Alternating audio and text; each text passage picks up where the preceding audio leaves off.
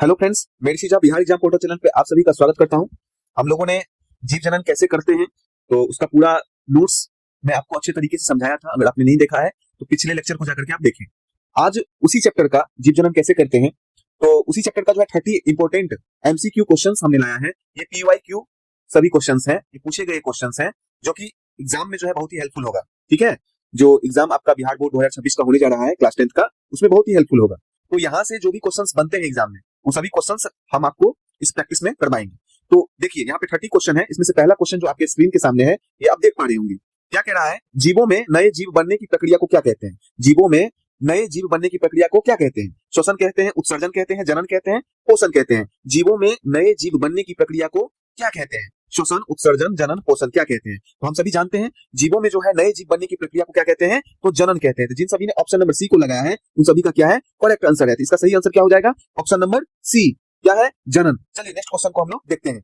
Next question क्या कह रहा है? एकल कोशिकीय जीवों में जनन की मतलब जनन का समान तरीका क्या है? एकल कोशिकीय जीवों में जनन का सामान्य तरीका क्या है? बहुखंडन, द्विखंडन, कलिका जनन है कि नहीं, बीजाणु जनन। तो हम आपको अच्छे तरीके से, है कि नहीं, ये जो आपको मैं नोट्स में ये बताया था, क्लास में भी आपको हमने पढ़ाया था, है ना। यहाँ पे क्या है? एकल कोशिकीय जीवों में जनन का समान तरीका। तो मैंने एक कोशिकीय जीवों में, बहुकोशिकीय जीवों में, दोनों में बताया था। ठीक है, तो एक कोशिकीय जीवों में जो जनन का समान तरीका जो होता है, हमने क्या बताया था आपको? हम सभी जानते हैं द्विखंडन। क्या जानते हैं? द्विखंडन। तो अमीबा में क्या होता है? द्विखंडन। ठीक है, तो इसी तरह जो है इसका जो राइट आंसर हो जाएगा ऑप्शन नंबर बी। जिन सभी ने ऑप्शन नंबर बी को लगाया है उन सभी का क्या है? करेक्ट आंसर है। चलिए नेक्स्ट क्वेश्चन को हम लोग देखते हैं। नेक्स्ट क्वेश्चन जो आपके स्क्रीन के सामने है, बहुत ही आसान क्वेश्चन। अमीबा में जनन किस विधि से होता है? कलिका जनन, द्विखंडन, बहुखंडन, बीजाणु जनन। अमीबा में जनन किस विधि से होता है? तो पहला ऑप्शन कलिका जनन, द्विखंडन, बहुखंडन, बीजाणु जनन। तो आइए इसका राइट आंसर को जानते हैं। बहुत ही आसान क्वेश्चन है। तो अमीबा में जनन किस विधि से होता है? तो हम सभी जानते हैं अमीबा में जनन जो होता है द्विखंडन से होता है। तो ऑप्शन नंबर बी क्या हो जाएगा? इसका राइट आंसर हो जाएगा। तो हम उम्मीद करते हैं आप सभी ने भी ऑप्शन नंबर बी को चुना है। चलिए नेक्स्ट क्वेश्चन को हम लोग देखते हैं। नेक्स्ट क्वेश्चन क्या है? प्लाज्मोडियम में जनन की विधि क्या है ना, विधि क्या है? द्विखंडन है, कलिका जनन है, बहुखंडन है, लैंगिक जनन है। प्लाज्मोडियम में जनन की विधि क्या है? द्विखंडन, कलिका जनन, बहुखंडन, लैंगिक जनन क्या है? जल्दी से बताइए इसका राइट आंसर क्या होगा। और हम सभी ने क्लास में पढ़ा था और रिवीजन क्लास में नोट्स में भी मैंने इसको बताया है, डायग्राम के साथ समझाया था आपको। प्लाज्मोडियम जो कि मादा एनोफ्लुएंजा एनोस्कुडियो काटने से होता है कि उसके लार में ये प्लाज्मोडियम पाया जाता है। तो हम सभी जानते हैं प्लाज्मोडियम में जो जनन की विधि होती है क्या होती है? बहुखंडन होता है। क्या होता है? बहुखंडन। हमारे लीवर में जाने के बाद ये क्या करता है? ये साइलेंट रूप से अपनी संख्या को बढ़ाता है, बहुखंडन करता है, फिर ये आरबीसी में जाकर के मिल जाता है कि नहीं, ब्लड में मिल जाता है, आरबीसी को डैमेज करता है। तो इसमें जो विधि होती है प्लाज्मोडियम में जनन की विधि क्या होती है? बहुखंडन होता है। राइट आंसर क्या हो जाएगा? Option number C. चलिए नेक्स्ट क्वेश्चन को हम लोग देखते हैं। नेक्स्ट क्वेश्चन बहुत ही आसान क्वेश्चन पढ़ा दिए हम आपको इस क्वेश्चन के बारे में क्लास के अंदर। ईस्ट में जनन किस प्रकार होता है? द्विखंडन, कलिका जनन, बहुखंडन, बीजाणु है कि नहीं, किस तरह से होता है? ईस्ट में जनन किस प्रकार होता है? ईस्ट में जनन किस प्रकार होता है? द्विखंडन, कलिका जनन, बहुखंडन, बीजाणु। ठीक है, जल्दी इसका आंसर बताइए। और आइए इसका राइट आंसर हम लोग देखते हैं। बहुत ही इजी क्वेश्चन है। हमने देखा था, क्या देखा था? कलिका जनन को क्या कहते हैं? मुकुलन। क्या कहते हैं? मुकुलन, यानी बी है कि नहीं, मुकुल के द्वारा होता है। तो ईस्ट में जनन की किस प्रकार होता है? तो ईस्ट में जो जनन होता है कलिका जनन होता है। क्या होता है? कलिका, मुकुल निकलता है और वो फिर क्या होता है? नया जीव में वो चेंज हो जाता है, मुकुलन के द्वारा होता है, जिसे हम कलिका जनन के नाम से भी जानते हैं। ठीक है, कलिका जनन, कली निकलती है जिसे हम मुकुल कहते हैं और फिर उसे एक नया जीव बन जाता है। ठीक है, तो नेक्स्ट क्वेश्चन को हम लोग देखते हैं। नेक्स्ट क्वेश्चन क्या कह रहा है? बीजाणु जनन किस में पाया जाता है? अमीबा में, हाइड्रा में, राइजोपस में, मनुष्य में। बीजाणु जनन किस में पाया जाता है? अमीबा में, हाइड्रा में, राइजोपस में, मनुष्य में। और आपको हमने क्लास के अंदर ये बताया था, डायग्राम से भी समझाया था, है कि नहीं। आपने अगर पिछले लेक्चर को नहीं देखा है, जीव जनन कैसे करते हैं, उसको जरूर जाके देखें। ये सारी बातें जो है वहां हमने अच्छे तरीके से डिटेल्स में बताया हुआ है। तो बीजाणु जनन किस में पाया जाता है? हम सभी जानते हैं बीजाणु जनन जो होता है राइजोपस के, ये कवक होता है, इसके अंदर क्या होता है? इसके अंदर क्या होता है? बीजाणु जनन होता है। बीजाणु जनन होता है। एग्जाम में पूछा गया ये क्वेश्चन है, इंपोर्टेंट क्वेश्चन है। ठीक है, बीजाणु जनन किसमें होता है? तो राइजोपस में होता है। ठीक है, चलो नेक्स्ट क्वेश्चन को हम लोग देखते हैं। हम उम्मीद करते हैं आप सभी ने भी ऑप्शन नंबर सी को चुना है। चलिए नेक्स्ट क्वेश्चन को हम लोग देखते हैं। नेक्स्ट क्वेश्चन क्या कह रहा है? अलैंगिक जनन में कितने जनक शामिल होते हैं? अलैंगिक जनन में कितने जनक शामिल होते हैं? 1 2 3 अनेक, 1 2 3 अनेक। अलैंगिक जनन में कितने जनक शामिल होते हैं? तो अलैंगिक जनन में होते हैं, आइए राइट आंसर को देखते हैं। तो एक, कितने होते हैं? एक। ऑप्शन नंबर ए जो है इसका राइट आंसर होता है। अलैंगिक जनन है कि नहीं, लैंगिक जनन, दोनों जनन के बारे में आपको हमने बताया था। तो अलैंगिक जनन में कितने जनन होते हैं, मतलब अलैंगिक जनन में कितने जनक की शामिल होते हैं? तो हम सभी जानते हैं कितने होते हैं? एक। चलिए नेक्स्ट क्वेश्चन को हम लोग देखते हैं। नेक्स्ट क्वेश्चन क्या कह रहा है? अलैंगिक जनन में उत्पन्न संतान कैसा होता है? अलैंगिक जनन में उत्पन्न संतान कैसा होता है? तो यहाँ पे क्या है? पहला ऑप्शन क्या देख रहे हो? पूर्णतः भिन्न, समान, आंशिक समान, असमान। क्या होता है? जल्दी से बताइए इसका राइट आंसर क्या होगा? अलैंगिक जनन में उत्पन्न संतान कैसा होता है? हम सभी जानते हैं अलैंगिक जनन में उत्पन्न संतान क्या होता है? समान होता है। क्या होता है? समान। ठीक है, तो हम उम्मीद करते हैं आप सभी ने भी बी ऑप्शन को चुना है। चलिए बी ऑप्शन क्या है, हो जाएगा इसका करेक्ट आंसर हो जाएगा। नेक्स्ट क्वेश्चन को हम लोग देखते हैं। नेक्स्ट क्वेश्चन क्या कह रहा है? हाइड्रा में जनन किस विधि से होता है? द्विखंडन, बहुखंडन, कलिका जनन, बीजाणु। बहुत ही आसान क्वेश्चन है। हाइड्रा में जनन किस विधि से होता है? हाइड्रा में जनन किस विधि से होता है? द्विखंडन से होता है, बहुखंडन से होता है, कलिका जनन होता है, बीजाणु वाला होता है। क्या होता है? जल्दी से बताइए इसका आंसर। तो हाइड्रा में जो जनन की विधि होती है तो हम सभी जानते हैं क्या होती है? कलिका जनन। तो ऑप्शन नंबर सी इसका क्या हो जाएगा? राइट। कंफ्यूज नहीं होइए, ये कलिका जनन को हम लोग क्या कहते हैं? मुकुलन। क्या कहते हैं? मुकुलन। मुकुलन, जिसे बर्डिंग के नाम से भी हम लोग जानते हैं। किसके नाम से जानते हैं? बर्डिंग। बर्डिंग के नाम से हम लोग इसको जानते हैं। तो इसका ऑप्शन क्या हो जाएगा? सी। क्या हो जाएगा? करेक्ट आंसर हो जाएगा। हाइड्रा में जनन की विधि क्या होती है? मुकुलन या कलिका जनन। कली निकलती है, उसे फिर नया हाइड्रा में क्या हो जाता है? परिवर्तित हो जाता है। तो ऑप्शन नंबर मतलब सी इसका क्या हो जाएगा? राइट आंसर हो जाएगा। चलिए नेक्स्ट क्वेश्चन को हम लोग देख। नेक्स्ट क्वेश्चन क्या कह रहा है? लैंगिक जनन में कितने जनक भाग लेते हैं? 1 2 3 4। लैंगिक जनन में कितने जनक भाग लेते हैं? 1 2 3 4। कितने लेते हैं? हम सभी जानते हैं लैंगिक जनन की जब भी बात होगी उसमें कितने जनक भाग लेंगे? तो 2। तो ऑप्शन नंबर डी क्या हो जाएगा? करेक्ट आंसर हो जाएगा। तो उम्मीद करते हैं आप सभी ने भी ऑप्शन नंबर बी को चुना है। चलिए नेक्स्ट क्वेश्चन को हम लोग देखते हैं। नेक्स्ट क्वेश्चन बहुत ही आसान क्वेश्चन। नर जनन कोशिका को क्या कहते हैं? अंडाणु कहते हैं, बीजाणु कहते हैं, शुक्राणु कहते हैं, युग्मक कहते हैं। क्या कहते हैं? नर जनन कोशिका को क्या कहते हैं? क्या अंडाणु? Option A. बी बीजाणु, ऑप्शन सी शुक्राणु, ऑप्शन डी युग्मक। है कि युग्मक? तो क्या होता है? नर जनन कोशिका को क्या कहते हैं? हम सभी जानते हैं नर जनन कोशिका को हम लोग शुक्राणु कहते हैं। क्या कहते हैं? शुक्राणु। तो ऑप्शन नंबर सी क्या हो जाएगा? इसका राइट आंसर हो जाएगा। चलिए नेक्स्ट क्वेश्चन को हम लोग देखते हैं। नेक्स्ट क्वेश्चन क्या कह रहा है? मादा जनन कोशिका को क्या कहते हैं? शुक्राणु कहते हैं, अंडाणु कहते हैं, बीजाणु कहते हैं, जायगोट कहते हैं। बहुत ही आसान क्वेश्चन है। मादा जनन कोशिका को क्या कहते हैं? हम सभी जानते हैं मादा जनन कोशिका को हम लोग क्या कहते हैं? अंडाणु कहते हैं। क्या कहते हैं? अंडाणु। तो ऑप्शन नंबर बी क्या हो जाएगा? इसका राइट आंसर हो जाएगा। जिसे सभी ने ऑप्शन नंबर बी को चुना है क्या हो जाएगा? उनका सही आंसर हो जाएगा। चलिए नेक्स्ट क्वेश्चन को हम लोग देखते हैं।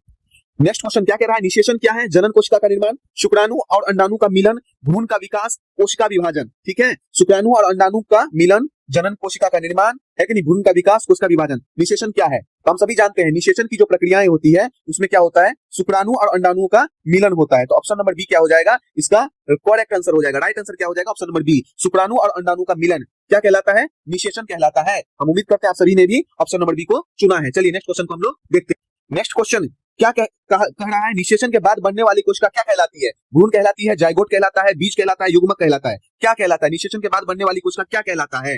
तो जल्दी से बताइए। भ्रूण, जायगोट, बीज, युग्मक। आइए इसका राइट आंसर को हम लोग देखते हैं। निषेचन के बाद बनने वाली कोशिका क्या कहलाता है? तो हम सभी जानते हैं जायगोट कहलाता है। ऑप्शन नंबर बी क्या हो जाएगा? राइट आंसर हो जाएगा। निषेचन के बाद बनने वाली कोशिका क्या कहलाती है? जायगोट कहलाती है। चलिए नेक्स्ट क्वेश्चन को हम लोग देखते हैं। नेक्स्ट क्वेश्चन क्या कह रहा है? मनुष्य में निषेचन कहाँ होता है?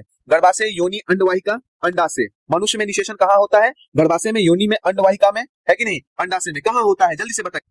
तो मनुष्य में निषेचन कहाँ होता है? गर्भाशय, योनि, अंडवाहिका, अंडाशय। जल्दी से बताइए। मनुष्य में निषेचन कहाँ होता है? गर्भाशय में होता है, योनि में होता है, अंडवाहिका में होता है, अंडाशय में होता है। कहाँ होता है? बहुत ही आसान है। हम सभी जानते हैं मनुष्य में निषेचन कहाँ होता है। तो हम सभी जानते हैं फैलोपियन ट्यूब में होता है, जिसे हम अंडवाहिका कहते हैं। तो ऑप्शन नंबर सी क्या हो जाएगा? इसका राइट आंसर हो जाएगा। राइट आंसर क्या हो जाएगा? Option number C. चलिए नेक्स्ट क्वेश्चन को हम लोग देखते हैं। नेक्स्ट क्वेश्चन क्या कह रहा है? भ्रूण का विकास किस अंग में होता है? अंडाशय में, अंडवाहिका में, गर्भाशय में, मूत्राशय में। कहाँ होता है? भ्रूण का विकास कहाँ होता है? किस अंग में होता है? भ्रूण का विकास किस अंग में होता है? अंडाशय में होता है, अंडवाहिका में होता है, गर्भाशय में होता है, मूत्राशय में होता है। कहाँ होता है? तो भ्रूण का विकास की अगर बात होगा, अंग की बात होगा, हम सभी जानते हैं भ्रूण का जो विकास होता है वो किस अंग में होता है? तो ऑप्शन नंबर सी, गर्भाशय में होता है, जो कि है इसका राइट आंसर है। तो हम उम्मीद करते हैं आप सभी ने भी ऑप्शन नंबर सी को चुना है। चलिए नेक्स्ट क्वेश्चन को हम लोग देखते हैं। नेक्स्ट क्वेश्चन क्या कह रहा है? मानव में गर्भकाल की अवधि लगभग कितनी होती है? मानव में गर्भकाल की अवधि लगभग कितनी होती है? 6 माह, 7 माह, 9 माह, 12 माह। कितनी होती है? मानव में गर्भकाल की अवधि लगभग कितनी होती है? तो हम सभी जानते हैं 9 माह होती है। तो ऑप्शन नंबर सी क्या हो जाएगा? इसका राइट आंसर हो जाएगा। ऑप्शन नंबर सी, 9 माह। नेक्स्ट क्वेश्चन क्या कह रहा है? पौधों में लैंगिक जनन किस अंग में, मतलब जनन का अंग कौन सा है? पौधों में लैंगिक जनन का अंग कौन सा है? पत्ती, जड़, तना, फूल। पौधों में लैंगिक जनन का अंग कौन सा है? पौधों में लैंगिक जनन का अंग कौन सा है? पत्ती है, जड़ है, तना है, फूल है। पौधों में लैंगिक जनन का अंग कौन सा है? जल्दी से बताइए। इसका क्या हो जाएगा सही आंसर? राइट आंसर क्या होगा? हम सभी जानते हैं पौधे में लैंगिक जनन की अगर अंग की बात होगी तो फूल होता है, क्योंकि पुंकेसर, स्त्री केसर यही पाया जाता है। ठीक है, पुंकेसर को पुरुष अंग कहते हैं, जनन अंग कहते हैं, स्त्री केसर को मादा जनन अंग कहते हैं। तो ऑप्शन नंबर डी क्या हो जाएगा? इसका राइट आंसर हो जाएगा। तो उम्मीद करते हैं आप सभी ने भी ऑप्शन नंबर डी को चुना है। चलिए नेक्स्ट क्वेश्चन को हम लोग देखते हैं। नेक्स्ट क्वेश्चन क्या कह रहा है? परागकण किसमें बनते हैं? परागकण किसमें बनते हैं? वर्तिकाग्र में, अंडाशय में, पुंकेसर में, दल में। ठीक है, परागकण किसमें बनते हैं? जल्दी से बताइए इसका क्या है राइट आंसर। परागकण किसमें बनते हैं? वर्तिकाग्र में बनते हैं, अंडाशय में बनते हैं, पुंकेसर में मिलते हैं, दल में बनते हैं। कहाँ बनते हैं? हम सभी जानते हैं। परागकण किसमें बनते हैं? तो परागकण जो बनते हैं पुंकेसर में बनते हैं। तो ऑप्शन नंबर सी क्या हो जाएगा? इसका राइट आंसर हो जाएगा। परागकण कहाँ बनते हैं? पुंकेसर में बनते हैं। तो ऑप्शन सी क्या है? Right answer. ठीक है, चलिए नेक्स्ट क्वेश्चन को हम लोग देखते हैं। अब देखिए नेक्स्ट क्वेश्चन बहुत ही इंपॉर्टेंट क्वेश्चन। परागन क्या है? ध्यान दीजिएगा, परागन क्या है क्वेश्चन को अच्छे से समझना है। क्वेश्चन में ही आंसर छिपा हुआ है। परागन क्या है? निषेचन, परागकण का वर्तिकाग्र तक पहुंचना, बीज बनना, भ्रूण का विकास मतलब भ्रूण विकास। ये चार ऑप्शन है आपके पास। निषेचन, परागकण, परागकण का वर्तिकाग्र तक पहुंचना, बीज बनना, भ्रूण का विकास। A B C D. परागन क्या है? जल्दी से बताइए। हम सभी जानते हैं। आइए राइट आंसर को देखते हैं। परागन पूछा गया है, परागकण का वर्तिकाग्र तक पहुंचना, परागकण का वर्तिकाग्र तक पहुंचना। तो ऑप्शन नंबर सी मतलब option number B, sorry option number B क्या हो जाएगा? इसका राइट आंसर हो जाएगा। परागकण का वर्तिकाग्र तक पहुंचना ही परागन कहलाता है, ध्यान रखिएगा। चलिए नेक्स्ट क्वेश्चन को हम लोग देखते हैं। नेक्स्ट क्वेश्चन क्या कह रहा है? नेक्स्ट क्वेश्चन, निषेचन के बाद अंडाशय किसमें बदल जाता है? फूल में, फल में, बीज में, पत्ती में। निषेचन के बाद अंडाशय किसमें बदल जाता है? जल्दी से बताइए। फूल में, फल में, बीज में, पत्ती में किसमें बदल जाता है? निषेचन के बाद अंडाशय। तो निषेचन के बाद अंडाशय किसमें बदल जाता है? हम सभी जानते हैं फल में बदल जाता है। तो ऑप्शन नंबर बी क्या हो जाएगा? इसका राइट आंसर हो जाएगा। तो उम्मीद करते हैं आप सभी ने भी ऑप्शन नंबर बी को चुना है। चलिए नेक्स्ट क्वेश्चन को हम लोग देखते हैं। नेक्स्ट क्वेश्चन क्या कह रहा है? निषेचन के बाद बीजांड किसमें बदल जाता है? फल में, फूल में, बीज में, पत्ती में। निषेचन के बाद बीजांड किसमें बदल जाता है? फल में बदल जाता है, फूल में बदल जाता है, बीज में बदल जाता है, पत्ती में बदल जाता है। किसमें बदल जाता है? तो निषेचन के बाद है कि नहीं, बीजांड किसमें बदल जाता है? हम सभी जानते हैं बीज में बदल जाता है। ऑप्शन नंबर सी क्या हो जाएगा? राइट आंसर हो जाएगा। तो हम उम्मीद करते हैं कि आप सभी ने ये जो पिछले लेक्चर में मैंने जीव जन्म कैसे करते हैं उसका नोट्स में आपको अच्छे से मैंने एक्सप्लेन करके समझाया था, आप जरूर देखें। अगर आपने उसको अच्छे से देखा होगा तो यहाँ पे आपको गलती नहीं होगी। तो 22 का सही आंसर ऑप्शन नंबर सी जो है इसका करेक्ट आंसर है। चलिए नेक्स्ट क्वेश्चन को हम लोग देखते हैं। नेक्स्ट क्वेश्चन क्या कह रहा है? साकी जनन का उदाहरण कौन सा है? आलू, मटर, गेहूं, मक्का। क्या होगा साकी जनन का उदाहरण? जल्दी से बताइए। पहले एक बात आप समझ लीजिए, साकीय जनन है ना, साकीय जनन का उदाहरण की बात करें, हम सभी जानते हैं अलैंगिक प्रजनन का एक प्रकार होता है जिसमें नए पौधे कायिक भाग हो। जैसे कायिक भाग की बात अगर करें, तना, पत्ती है कि नहीं, ये विकसित होकर के क्या हो जाता है? ये नए पेड़ के रूप में ये चेंज हो जाते हैं। न कि बीज से होते हैं, बीज से इसमें नहीं होता है। उदाहरण में हमने आपको बताया था क्लास में, आलू, अदरक है कि नहीं, पत्थर चट्टा भी हो सकता है, डायोफिलम इसका सबसे अच्छा उदाहरण है, आलू है। हम सभी जानते हैं साकी जनन का उदाहरण क्या हो जाएगा? तो आलू यहाँ पे दिया गया है, तो ऑप्शन नंबर ए क्या हो जाएगा? इसका राइट आंसर हो जाएगा। साकी जनन का उदाहरण क्या हो जाएगा? आलू हो जाएगा। ठीक है, तो हम उम्मीद करते हैं आप सभी ने भी ऑप्शन नंबर ए को चुना है। चलिए नेक्स्ट क्वेश्चन को हम लोग देखते हैं। साकीय जनन जो है किस प्रकार का जनन है? लैंगिक, अलैंगिक, मिश्रित, द्विलिंगी। साकीय जनन है कि नहीं, साकीय जनन किस तरह का जो है जनन का प्रकार माना गया है? साकीय जनन किस प्रकार का जनन है कि नहीं? लैंगिक है, अलैंगिक है, मिश्रित है, द्विलिंगी है। अलैंगिक प्रजनन का एक प्रकार है, पहले आपको मैंने बता दिया था क्या है ये अलैंगिक प्रजनन का एक प्रकार है। साकीय जनन किस प्रकार का जनन है? अलैंगिक है कि नहीं, जनन का प्रकार है। तो इसका क्या सही आंसर हो जाएगा? ऑप्शन नंबर बी इसका क्या हो जाएगा? राइट आंसर हो जाएगा। क्योंकि हम सभी जानते हैं इसमें जिनमें नए पौधे के कायिक भाग से जो है इसका जड़, तना, पत्ती से इसको विकसित किया जाता है। तो ऑप्शन नंबर बी क्या हो जाता है? इसका सही आंसर। चलिए नेक्स्ट क्वेश्चन को हम लोग देखते हैं। तो क्लोन का अर्थ क्या होता है? समान जीव, भिन्न जीव, बड़ा जीव, छोटा जीव। क्लोन का अर्थ क्या होता है? तो क्लोन की अगर बात करें, हम सभी जानते हैं किसी जीव का कोशिका या डीएनए के आनुवंशिकी रूप से बिल्कुल समान जो होगा ना, मतलब हूबहू नकल तैयार जो होता है, जिसमें क्या होता है मूल जनक जो होते हैं उसके शारीरिक एवं जेनेटिक रूप से क्या होते हैं? समरूप होते हैं। यानी क्लोन का अर्थ क्या हो जाता है? क्लोन की अर्थ की अगर हम बात करें तो समान जीव क्या हो जाता है? समान जीव। ठीक है, ऑप्शन ए जो है इसका राइट आंसर हो जाएगा, ध्यान रखिएगा। ठीक है, क्योंकि इसमें क्या होता है कोशिका या डीएनए के आनुवंशिकी रूप से क्या होता है? बिल्कुल समान प्रतिलिपि है कि नहीं, तो ये कॉपी जो है तैयार हो जाता है, हूबहू नकल तैयार हो जाता है। इसमें क्या होता है? मूल जनक जो होते हैं उनकी शारीरिक एवं जेनेटिक रूप से ये क्या होते हैं? समरूप होते हैं, पूरे समरूप होते हैं। तो क्लोन का अर्थ समझ गया। इसमें क्या होता है? समान जीव, इसका क्या हो जाएगा? राइट आंसर हो जाएगा। चलिए नेक्स्ट क्वेश्चन को हम लोग देखते हैं। अलैंगिक जनन का लाभ क्या है? अलैंगिक जनन का लाभ क्या है? विविधता, शीघ्र जनन, जटिलता, कम संतान। ठीक है, जल्दी से बताइए। तो अलैंगिक जनन का लाभ की बात करें, हम सभी जानते हैं अलैंगिक जनन के द्वारा हम लोग शीघ्र जनन करके नए संतान को उत्पन्न कर सकते हैं। इसमें कोई टाइम नहीं लगता है। ठीक है, वहां से आप किसी भी तरीका से, जैसे कि आपने देखा होगा है ना, अमीबा को टुकड़े टुकड़े कर दो है कि नहीं, तो वहां पे क्या हो जाएगा? जितने टुकड़े होंगे वहां से नए जीव का उत्पन्न हो जाएगा। किसी पेड़ पौधे को जो आप काट देते हो, काट करके कलम लगाते हो है कि नहीं, तो अलैंगिक जनन का लाभ यही होता है कि शीघ्र जनन। तो ऑप्शन नंबर बी क्या हो जाएगा? इसका राइट आंसर हो जाएगा। क्या हो जाएगा? राइट आंसर हो जाएगा। शीघ्र जनन होता है, क्या होता है? शीघ्र, जल्दी से जो है नए जीव का निर्माण हो जाता है अलैंगिक जनन में। ठीक है, तो ये ध्यान रखिएगा। तो ऑप्शन नंबर बी जो है इसका राइट आंसर है। चलिए नेक्स्ट क्वेश्चन को हम लोग देखते हैं। और नया जो नेक्स्ट क्वेश्चन है, लैंगिक जनन का प्रमुख लाभ क्या है? समानता, विविधता, गति, सरलता। लैंगिक जनन का प्रमुख लाभ क्या है? तो यहाँ पे लैंगिक जनन की अगर प्रमुख लाभ की बात करें तो आप सभी याद रखें, एग्जाम में बहुत बार पूछा गया है। इसमें क्या होता है? विविधता होता है। क्या होता है? विविधता होता है। ठीक है, लैंगिक जनन का प्रमुख लाभ क्या होता है? विविधता। तो ऑप्शन नंबर बी क्या है? इसका राइट आंसर है। चलिए नेक्स्ट क्वेश्चन को हम लोग देखते हैं। हम उम्मीद करते हैं आप सभी ने भी बी को चुना है।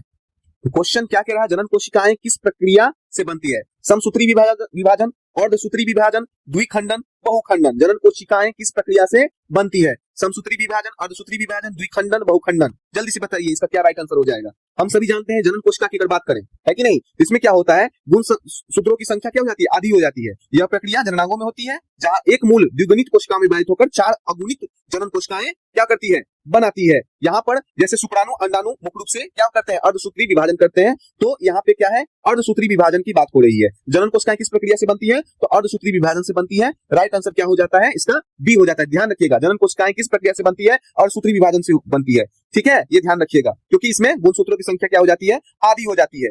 ठीक है, ये प्रक्रिया जननांगों में होती है, ये बात ध्यान रखना आप। ठीक है, क्योंकि एग्जाम में कभी कभी पूछ दिए जाते हैं, ये पूछे गए क्वेश्चन है। ठीक है, चलिए नेक्स्ट क्वेश्चन को हम लोग देखते हैं।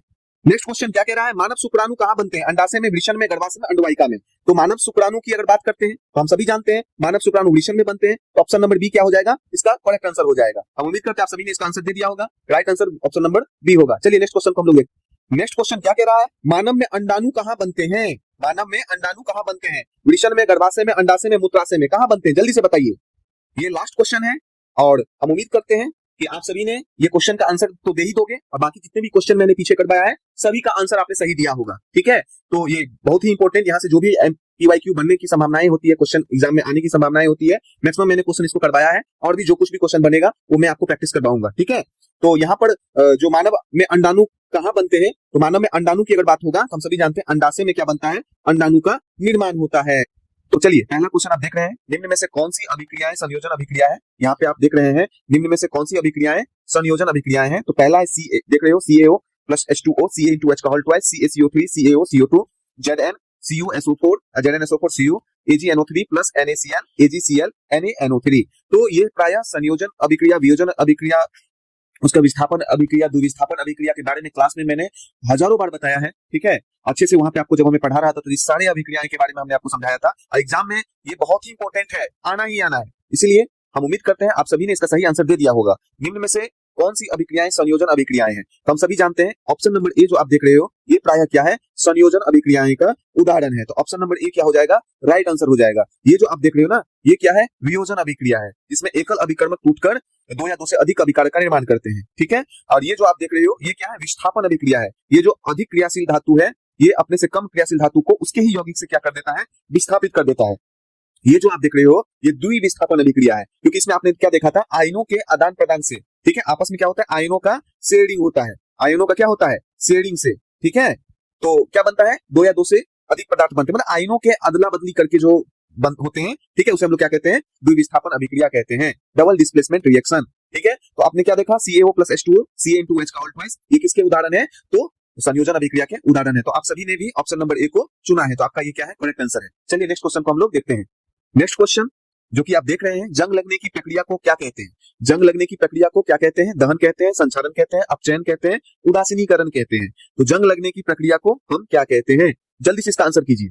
तो हम सभी जानते हैं जंग लगने की जो प्रक्रिया है उसे हम क्या कहते हैं, तो संचारण कहते हैं। तो जिन सभी ने ऑप्शन नंबर बी को चुना है उन सभी का क्या है, करेक्ट आंसर है। चलिए नेक्स्ट क्वेश्चन को हम लोग देखते हैं। उम्मीद करते हैं आप सभी ने भी ऑप्शन नंबर बी को चुना है। चलिए नेक्स्ट क्वेश्चन को हम लोग देखते हैं।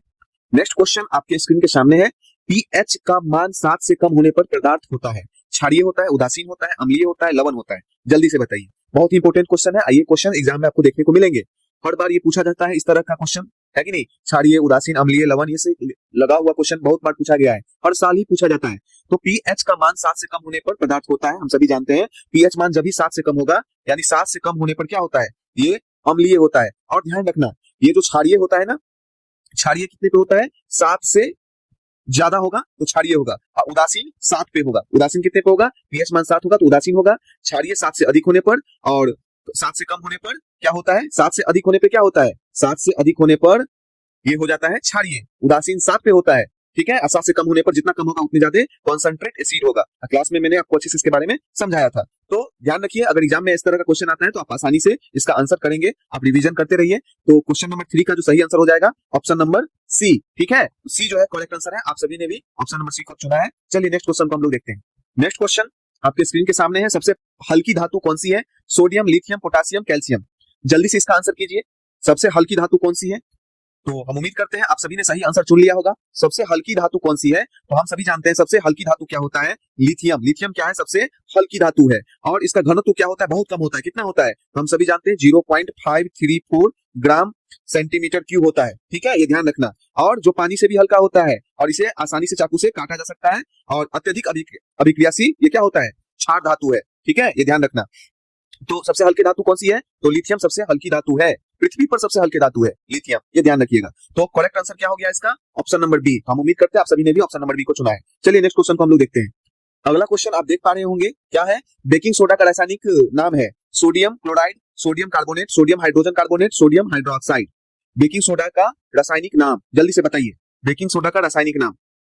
बेकिंग सोडा का रासायनिक नाम आइए हम जानते हैं। बेकिंग सोडा का रासायनिक नाम जो है सोडियम हाइड्रोजन कार्बोनेट। अगर इसकी सूत्र की बात करें तो हम सभी जानते हैं NaHCO3, सोडियम हाइड्रोजन कार्बोनेट। तो ऑप्शन नंबर क्या हो जाएगा? सी। क्या हो जाएगा? करेक्ट हो जाएगा। तो ऑप्शन नंबर सी क्या हो गया? इसका राइट आंसर हो गया।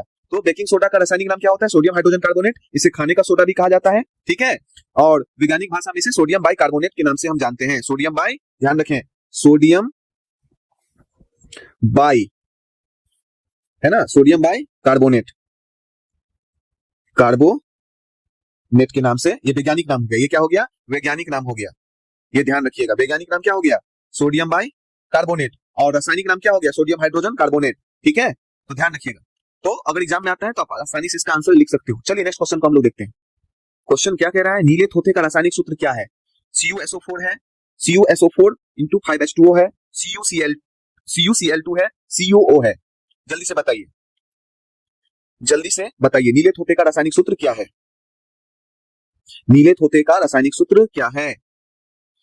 तो आइए इसका राइट आंसर को जानते हैं, है ना। ये जो है कॉपर सल्फेट है। जब इस कॉपर सल्फेट CuSO4 में जल के 5 अणु, ठीक है, जाके मतलब कॉपर सल्फेट के एक परमाणु में जल के 5 अणु, मतलब एक अणु में जल के 5 अणु जाकर के जुड़ जाते हैं, तो क्या हो जाता है? नीला थोथा हो जाता है। क्या हो जाता है? नीला थोथा हो जाता है। तो CuSO4 में जब 5 जल के अणु जुड़ेंगे, क्रिस्टलन जल इसे कहते हैं। क्या कहते हैं? क्रिस्टलन जल। ठीक है, क्रिस्टलन जल। तो यहां पे क्या होता है? क्रिस्टलीय जल। कॉपर का वैसे कलर कैसा होता है हम सभी जानते हैं। तो ये क्या हो जाता है? इसे हम इसलिए क्या कहते हैं? नीला तोता। तो पानी का कलर कैसा हो जाता है? एकदम नीला नीला नीला। क्योंकि जब आप विस्थापन अभिक्रिया पढ़ रहे थे वहां देखे थे कि जब हम टेस्ट ट्यूब में लोहे की कील को डाले थे तो उसका कलर कैसा हो गया था? फीका हो गया था। देखे थे? तो नीले तोते का रासायनिक सूत्र क्या हो जाएगा? CuSO4 5H2O into 5H2O। तो ध्यान रखिएगा, अगर एग्जाम में आता है तो आप आसानी से इसके आंसर को कर सकते हैं। तो ऑप्शन नंबर बी क्या हो गया? करेक्ट आंसर हो गया। चलिए नेक्स्ट क्वेश्चन को हम लोग देखते हैं। नेक्स्ट क्वेश्चन क्या कह रहा है? निम्न में से कौन अधातु है? एल्युमिनियम, तांबा, गंधक, लोहा। बहुत ही आसान क्वेश्चन है। निम्न में से कौन अधातु है? एल्युमिनियम, तांबा, गंधक, लोहा। जल्दी से राइट आंसर करिए। हम देखिए इसका राइट आंसर क्या होता है, हम आपको बता रहे हैं। तो एल्युमिनियम का मतलब यहाँ पे देख रहे हो, निम्न में से कौन अधातु है? तो एल्युमिनियम क्या है? धातु है। तांबा क्या है? ये भी धातु है। लोहा क्या है? ये धातु है। गंधक जिसे हम सल्फर S से लिखते हैं, ठीक है, तो सल्फर या गंधक, इसका जो है आणविक सूत्र क्या होता है? S8। ठीक है, ये क्या हो जाता है? ये अष्टकोणीय होता है, अणु होता है, पीले रंग का होता है, ठोस पदार्थ है। और आपको बता दें इसे हम S से लिखते हैं। ठीक है, संकेत से क्या होता है? S। सल्फर या गंधक, तो ये क्या है? प्रायः अधातु है। तो ऑप्शन नंबर क्या हो जाएगा? सी क्या हो जाएगा? करेक्ट हो जाएगा। तो जिन सभी ने ऑप्शन नंबर सी को चुना है उनका क्या है? राइट आंसर है। चलिए नेक्स्ट क्वेश्चन को हम लोग देखते हैं। नेक्स्ट क्वेश्चन क्या देख रहे हो? धातुओं का अयस्क से निष्कर्षण किस प्रक्रिया से होता है?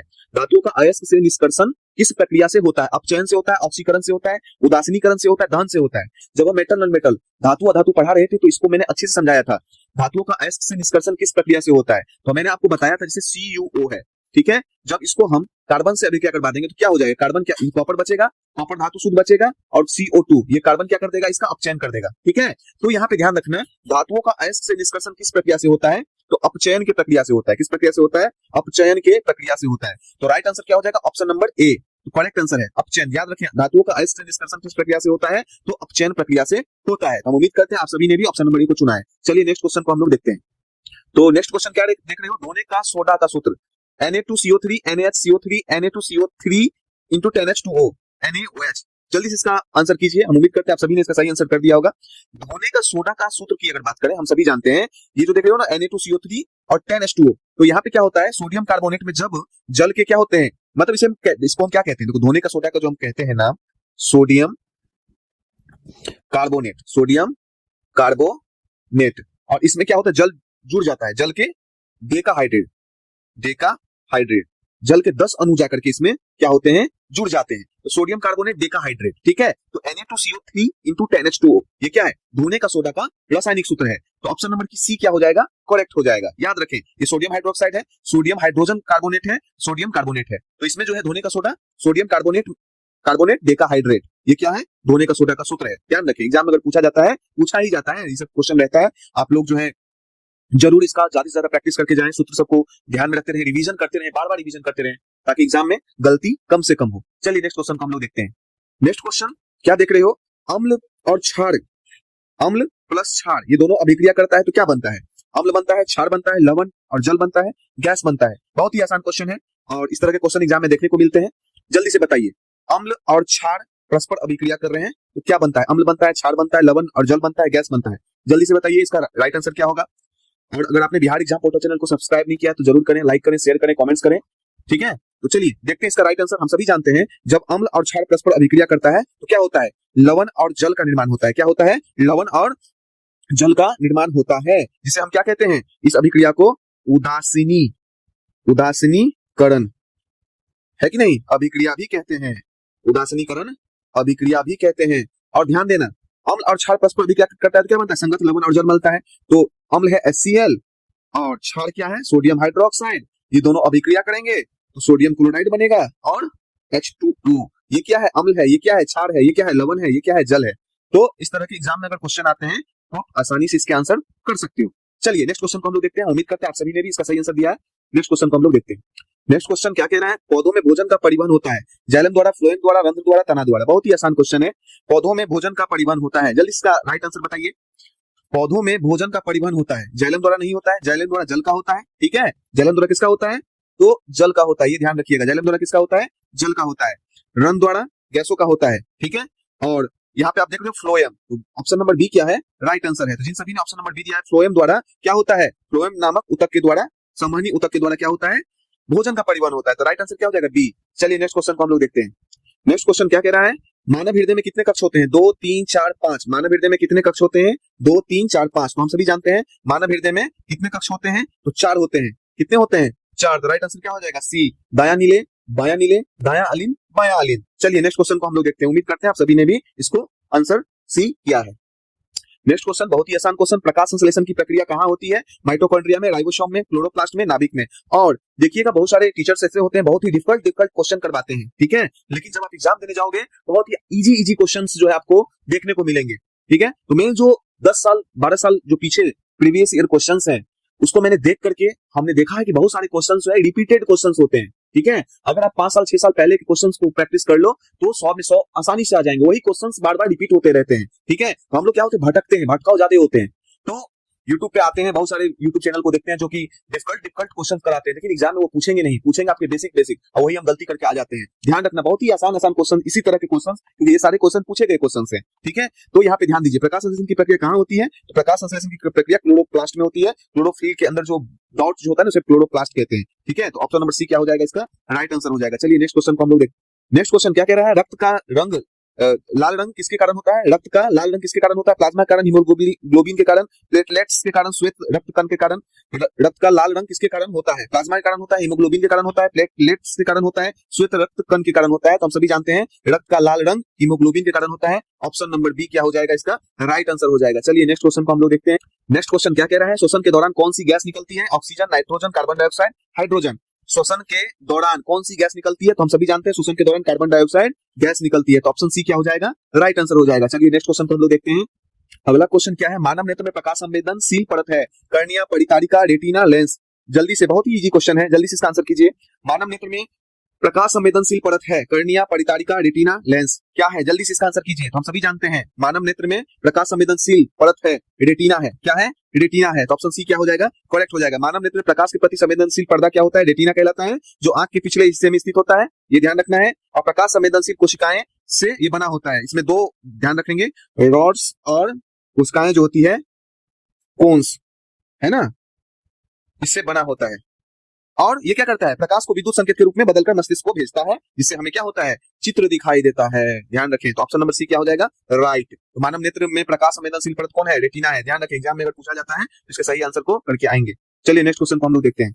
ये जो क्वेश्चन आप देख रहे हो डीएनए का पूरा नाम बहुत बार पूछा गया है। डीऑक्सीराइबो न्यूक्लिक अम्ल, डाई न्यूक्लिक अम्ल, डाइऑक्साइड अम्ल, डाइऑक्सी अम्ल। जल्दी से बताइए डीएनए का पूरा नाम। तो हम सभी जानते हैं डीएनए का पूरा नाम जो होता है डीऑक्सीराइबो न्यूक्लिक अम्ल होता है। तो ऑप्शन ए क्या हो जाता है, इसका करेक्ट आंसर हो जाता है। जिन सभी ने ऑप्शन ए को चुना है उनका क्या है, राइट आंसर है। चलिए नेक्स्ट क्वेश्चन को हम लोग देखते हैं। नेक्स्ट क्वेश्चन क्या कह रहा है, पौधों में गैसों का आदान प्रदान किससे होता है? जाइलम से होता है, फ्लोएम से होता है, रंध्र से होता है, तना से होता है। पौधों में गैसों का आदान प्रदान किससे होता है? जाइलम, फ्लोएम, रंध्र, तना। तो हम सभी जानते हैं पौधों में गैसों का आदान प्रदान किससे होता है? स्टोमाटा, रंध्र से होता है। ऑप्शन सी क्या हो जाता है, इसका करेक्ट आंसर हो जाता है। ठीक है, तो आप सभी ने भी ऑप्शन सी को चुना है। चलिए नेक्स्ट क्वेश्चन को हम लोग देखते हैं। नेक्स्ट क्वेश्चन क्या कह रहा है, वंशानुगत रोग कौन सा है? मलेरिया, हैजा, हीमोफीलिया, टाइफाइड। वंशानुगत रोग कौन सा है, जल्दी इसका आंसर कीजिए। तो वंशानुगत रोग की अगर बात करें तो हम सभी जानते हैं हीमोफीलिया क्या है, वंशानुगत रोग है। क्योंकि ये क्या होता है, एक्स गुणसूत्र के कारण हीमोफीलिया एक वंशानुगत रोग होता है। क्योंकि इसके अंदर क्या होता है, एक्स गुणसूत्र। क्या होता है, एक्स गुणसूत्र। और ये क्या होता है, जीन के माध्यम से माता पिता से बच्चे में स्थानांतरित होता है, ये ध्यान रखेंगे। और मुख्य रूप से माँ से ये बच्चे में, बेटे में फैलेगा। और जहां माँ क्या हो सकती है, इसके वाहक हो सकती है। और इसका मेन जो प्रॉब्लम होता है ना, ये क्या करता है, जीन जो होता है ना, जीन के रक्त थक्के वाले जमने वाले कारक की कमी कर देता है। जीन इसमें क्या होता है, रक्त के थक्के जमने वाले जो भी कारक होते हैं, जैसे विटामिन के की डिफिशियंसी इसमें हो जाता है। हीमोफीलिया, तो हीमोफीलिया कैसा रोग है, वंशानुगत रोग है। ठीक है, ध्यान रखेंगे, अगर एग्जाम में आता है तो आप आसानी से इसका आंसर को करेंगे। चलिए नेक्स्ट क्वेश्चन को हम लोग देखते हैं। देखिए नेक्स्ट क्वेश्चन को, पर्यावरण के अपघटक होते हैं पौधे, शाकाहारी, मांसाहारी, बैक्टीरिया व कवक। पर्यावरण के अपघटक होते हैं पौधे, शाकाहारी, मांसाहारी, बैक्टीरिया और कवक। हम सभी जानते हैं पर्यावरण अपघटक की अगर बात है तो बैक्टीरिया व कवक ये सफाई मंत्रालय का काम संभाले हुए हैं। क्योंकि हम जानते हैं कोई भी जीव जंतु अगर मर जाता है, पौधे, जानवर, कार्बनिक कचरे, जो भी जटिल पदार्थ होते हैं, उन्हें क्या करते हैं, बैक्टीरिया, कवक मिलकर के जटिल को कार्बनिक पदार्थों में सरल कार्बनिक पोषक तत्वों में परिवर्तन करके अपना पोषण प्राप्त करते हैं और उसको मिट्टी में मिला देते हैं। क्या कर देते हैं, मिट्टी में वापस इसको मिला देते हैं। ठीक है, तो बैक्टीरिया जो होता है, कवक क्या होता है, तो पर्यावरण के अपघटक होता है। तो ऑप्शन नंबर डी क्या हो जाएगा, इसका राइट आंसर हो जाएगा। तो हम उम्मीद करते हैं आप सभी ने भी इसका सही आंसर दिया होगा। एग्जाम में बहुत बार पूछा गया ये क्वेश्चन है, ध्यान रखें। ठीक है, अगर आता है तो आप सही से करिएगा। चलिए नेक्स्ट क्वेश्चन को हम लोग देखते। नेक्स्ट क्वेश्चन क्या कह रहा है, विद्युत धारा की एसआई इकाई है वोल्ट, एम्पियर, ओम, वाट। जल्दी से बताइए। तो विद्युत धारा की एसआई इकाई हम सभी जानते हैं क्या होता है, एम्पियर होता है। ऑप्शन नंबर बी क्या हो जाएगा, इसका राइट ऑप्शन होगा। तो हम उम्मीद करते हैं आप सभी ने भी ऑप्शन नंबर बी दिया है। चलिए नेक्स्ट क्वेश्चन को हम लोग देखते हैं। नेक्स्ट क्वेश्चन क्या है, ओम का नियम है V बराबर आई आर, P बराबर वी आई, आर बराबर वी स्क्वायर आई, आई बराबर वी आर। तो क्लास के अंदर ओम का नियम मैंने आपको सिद्ध करके बहुत ही आसान स्टेपों में आपको समझाया था। और ओम का नियम की अगर बात करें तो हम सभी जानते हैं ओम की नियम क्या होता है, V बराबर आई आर। तो ऑप्शन नंबर ए क्या हो जाएगा, करेक्ट आंसर हो जाएगा। जिन सभी ने ऑप्शन नंबर ए को चुना है उनका क्या है, राइट आंसर है। चलिए नेक्स्ट क्वेश्चन को हम लोग देखते हैं। नेक्स्ट क्वेश्चन क्या कह रहा है, विद्युत शक्ति का सूत्र है P बराबर वी आई, P बराबर आई स्क्वायर आर, P बराबर वी स्क्वायर बाई आर। सभी जल्दी से इसका आंसर कीजिए। तो विद्युत शक्ति का सूत्र क्या है, P बराबर वी आई, P बराबर आई स्क्वायर आर, P बराबर वी स्क्वायर बट्टा आर और सभी। तो हम सभी जानते हैं P बराबर वी आई भी है, P बराबर आई स्क्वायर आर भी होता है, P बराबर वी स्क्वायर बाई आर भी होता है सभी। यानी यहाँ पर जो आप देख रहे हो राइट आंसर क्या हो जाएगा, option number D. Option number D क्या हो जाएगा, करेक्ट आंसर हो जाएगा। जिन सभी ने ऑप्शन नंबर डी को दिया है उनका सही है। चलिए नेक्स्ट क्वेश्चन को हम लोग देखते हैं। नेक्स्ट क्वेश्चन देख रहे हो, अवतल दर्पण का उपयोग किया जाता है रियर व्यू मिरर में, सेविंग मिरर में, साइड मिरर में, सुरक्षा दर्पण में। जल्दी से बताइए अवतल दर्पण का उपयोग किया जाता है।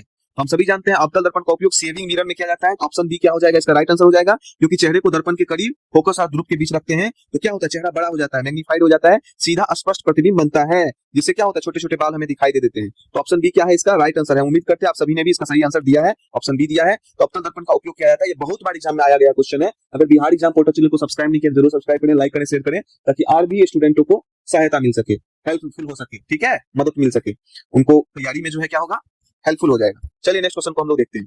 नेक्स्ट क्वेश्चन क्या देख रहे हो, प्रकाश का वेग सबसे अधिक होता है जल में, इसमें, जल में, कांच में, वायु में, निर्वात में। तो हम सभी जानते हैं प्रकाश का वेग सबसे अधिक कहां होता है, निर्वात में होता है। तो ऑप्शन डी क्या हो जाएगा, राइट आंसर हो जाएगा। हम उम्मीद करते हैं आप सभी ने भी ऑप्शन डी को चुना है। चलिए नेक्स्ट क्वेश्चन को हम लोग देखते हैं। नेक्स्ट क्वेश्चन क्या देख रहा है आपने, उत्तल लेंस बनाता है सदा आभासी प्रतिबिंब, सदा वास्तविक प्रतिबिंब, आभासी व वास्तविक दोनों, कोई प्रतिबिंब नहीं। जल्दी से बताइए, उत्तल लेंस बनाता है सदा आभासी प्रतिबिंब, सदा वास्तविक प्रतिबिंब, आभासी व वास्तविक दोनों, कोई प्रतिबिंब नहीं। जल्दी से बताइए। तो आइए, उत्तल लेंस बनाता है, हम सभी जानते हैं आभासी व वास्तविक दोनों बनाता है। तो ऑप्शन सी क्या हो जाएगा, इसका करेक्ट आंसर हो जाएगा। चलिए नेक्स्ट क्वेश्चन को हम लोग देखते हैं। नेक्स्ट क्वेश्चन क्या है, फ्यूज का उपयोग किया जाता है वोल्टेज बढ़ाने में, धारा घटाने में, परिपथ सुरक्षा में, शक्ति बढ़ाने में। फ्यूज का उपयोग किया जाता है वोल्टेज बढ़ाने में, धारा घटाने में, परिपथ सुरक्षा में, शक्ति बढ़ाने में। हम सभी जानते हैं अतिभारण के समय क्या होता है, परिपथ का सुरक्षा में इसका उपयोग किया जाता है। हाई वोल्टेज अगर आ जाएगा तो ये फ्यूज की तार गल जाएगी, ठीक है, और हमारे घर का जो है लाइन सप्लाई बंद हो जाएगा, जिससे हमारे घर के अंदर शॉर्ट सर्किट नहीं होगा। तो फ्यूज जो होता है क्या किसके लिए होता है, परिपथ में सुरक्षा के लिए होता है। ऑप्शन सी क्या हो जाएगा, करेक्ट आंसर हो जाएगा, राइट आंसर हो जाएगा। चलिए नेक्स्ट क्वेश्चन को हम लोग देखते हैं। देखिए नेक्स्ट क्वेश्चन जो है, चुंबक के समान ध्रुव आकर्षित करते हैं, प्रतिकर्षित करते हैं, निष्क्रिय कर रहते हैं, घुल जाते हैं। तो हम सभी जानते हैं चुंबक के समान ध्रुव क्या होते हैं, प्रतिकर्षित करते हैं। ठीक है, समान ध्रुव क्या करते हैं, प्रतिकर्षित, अलग अलग भाग जाते हैं। और असमान ध्रुव की अगर बात करें तो आकर्षित करते हैं। तो इसका राइट आंसर क्या हो जाएगा, तो right answer option number B हो जाएगा, करेक्ट आंसर हो जाएगा। तो आप सभी ने भी ऑप्शन नंबर बी को चुना है, चुंबक के समान ध्रुव प्रतिकर्षित करते हैं। चलिए नेक्स्ट क्वेश्चन को हम लोग देखते हैं। नेक्स्ट क्वेश्चन हमारी स्क्रीन पे एसी धारा का पूर्ण रूप है, एसी धारा का पूर्ण रूप है, alternating current, active current, average current, applied current क्या है, जल्दी से बताइए। तो एसी धारा का पूर्ण रूप है, एसी धारा का पूर्ण रूप है तो अल्टरनेटिंग करंट। ठीक है, ये ऑप्शन नंबर ए जो देख रहे हो ये क्या है, करेक्ट आंसर है। ठीक है, एक होता है डायरेक्ट करंट, एक होता है अल्टरनेटिंग करंट होता है। ठीक है, दृष्टि धारा, प्रत्यावर्ती धारा। तो इसका राइट आंसर क्या हो जाएगा, ऑप्शन नंबर ए। चलिए नेक्स्ट क्वेश्चन को हम लोग देखते हैं। नेक्स्ट क्वेश्चन क्या है, विद्युत मोटर किस सिद्धांत पर कार्य करता है, विद्युत अपघटक, विद्युत चुंबकीय प्रेरण, धारा पर चुंबकीय प्रभाव, चुंबकीय अपघटन, जल्दी से बताइए।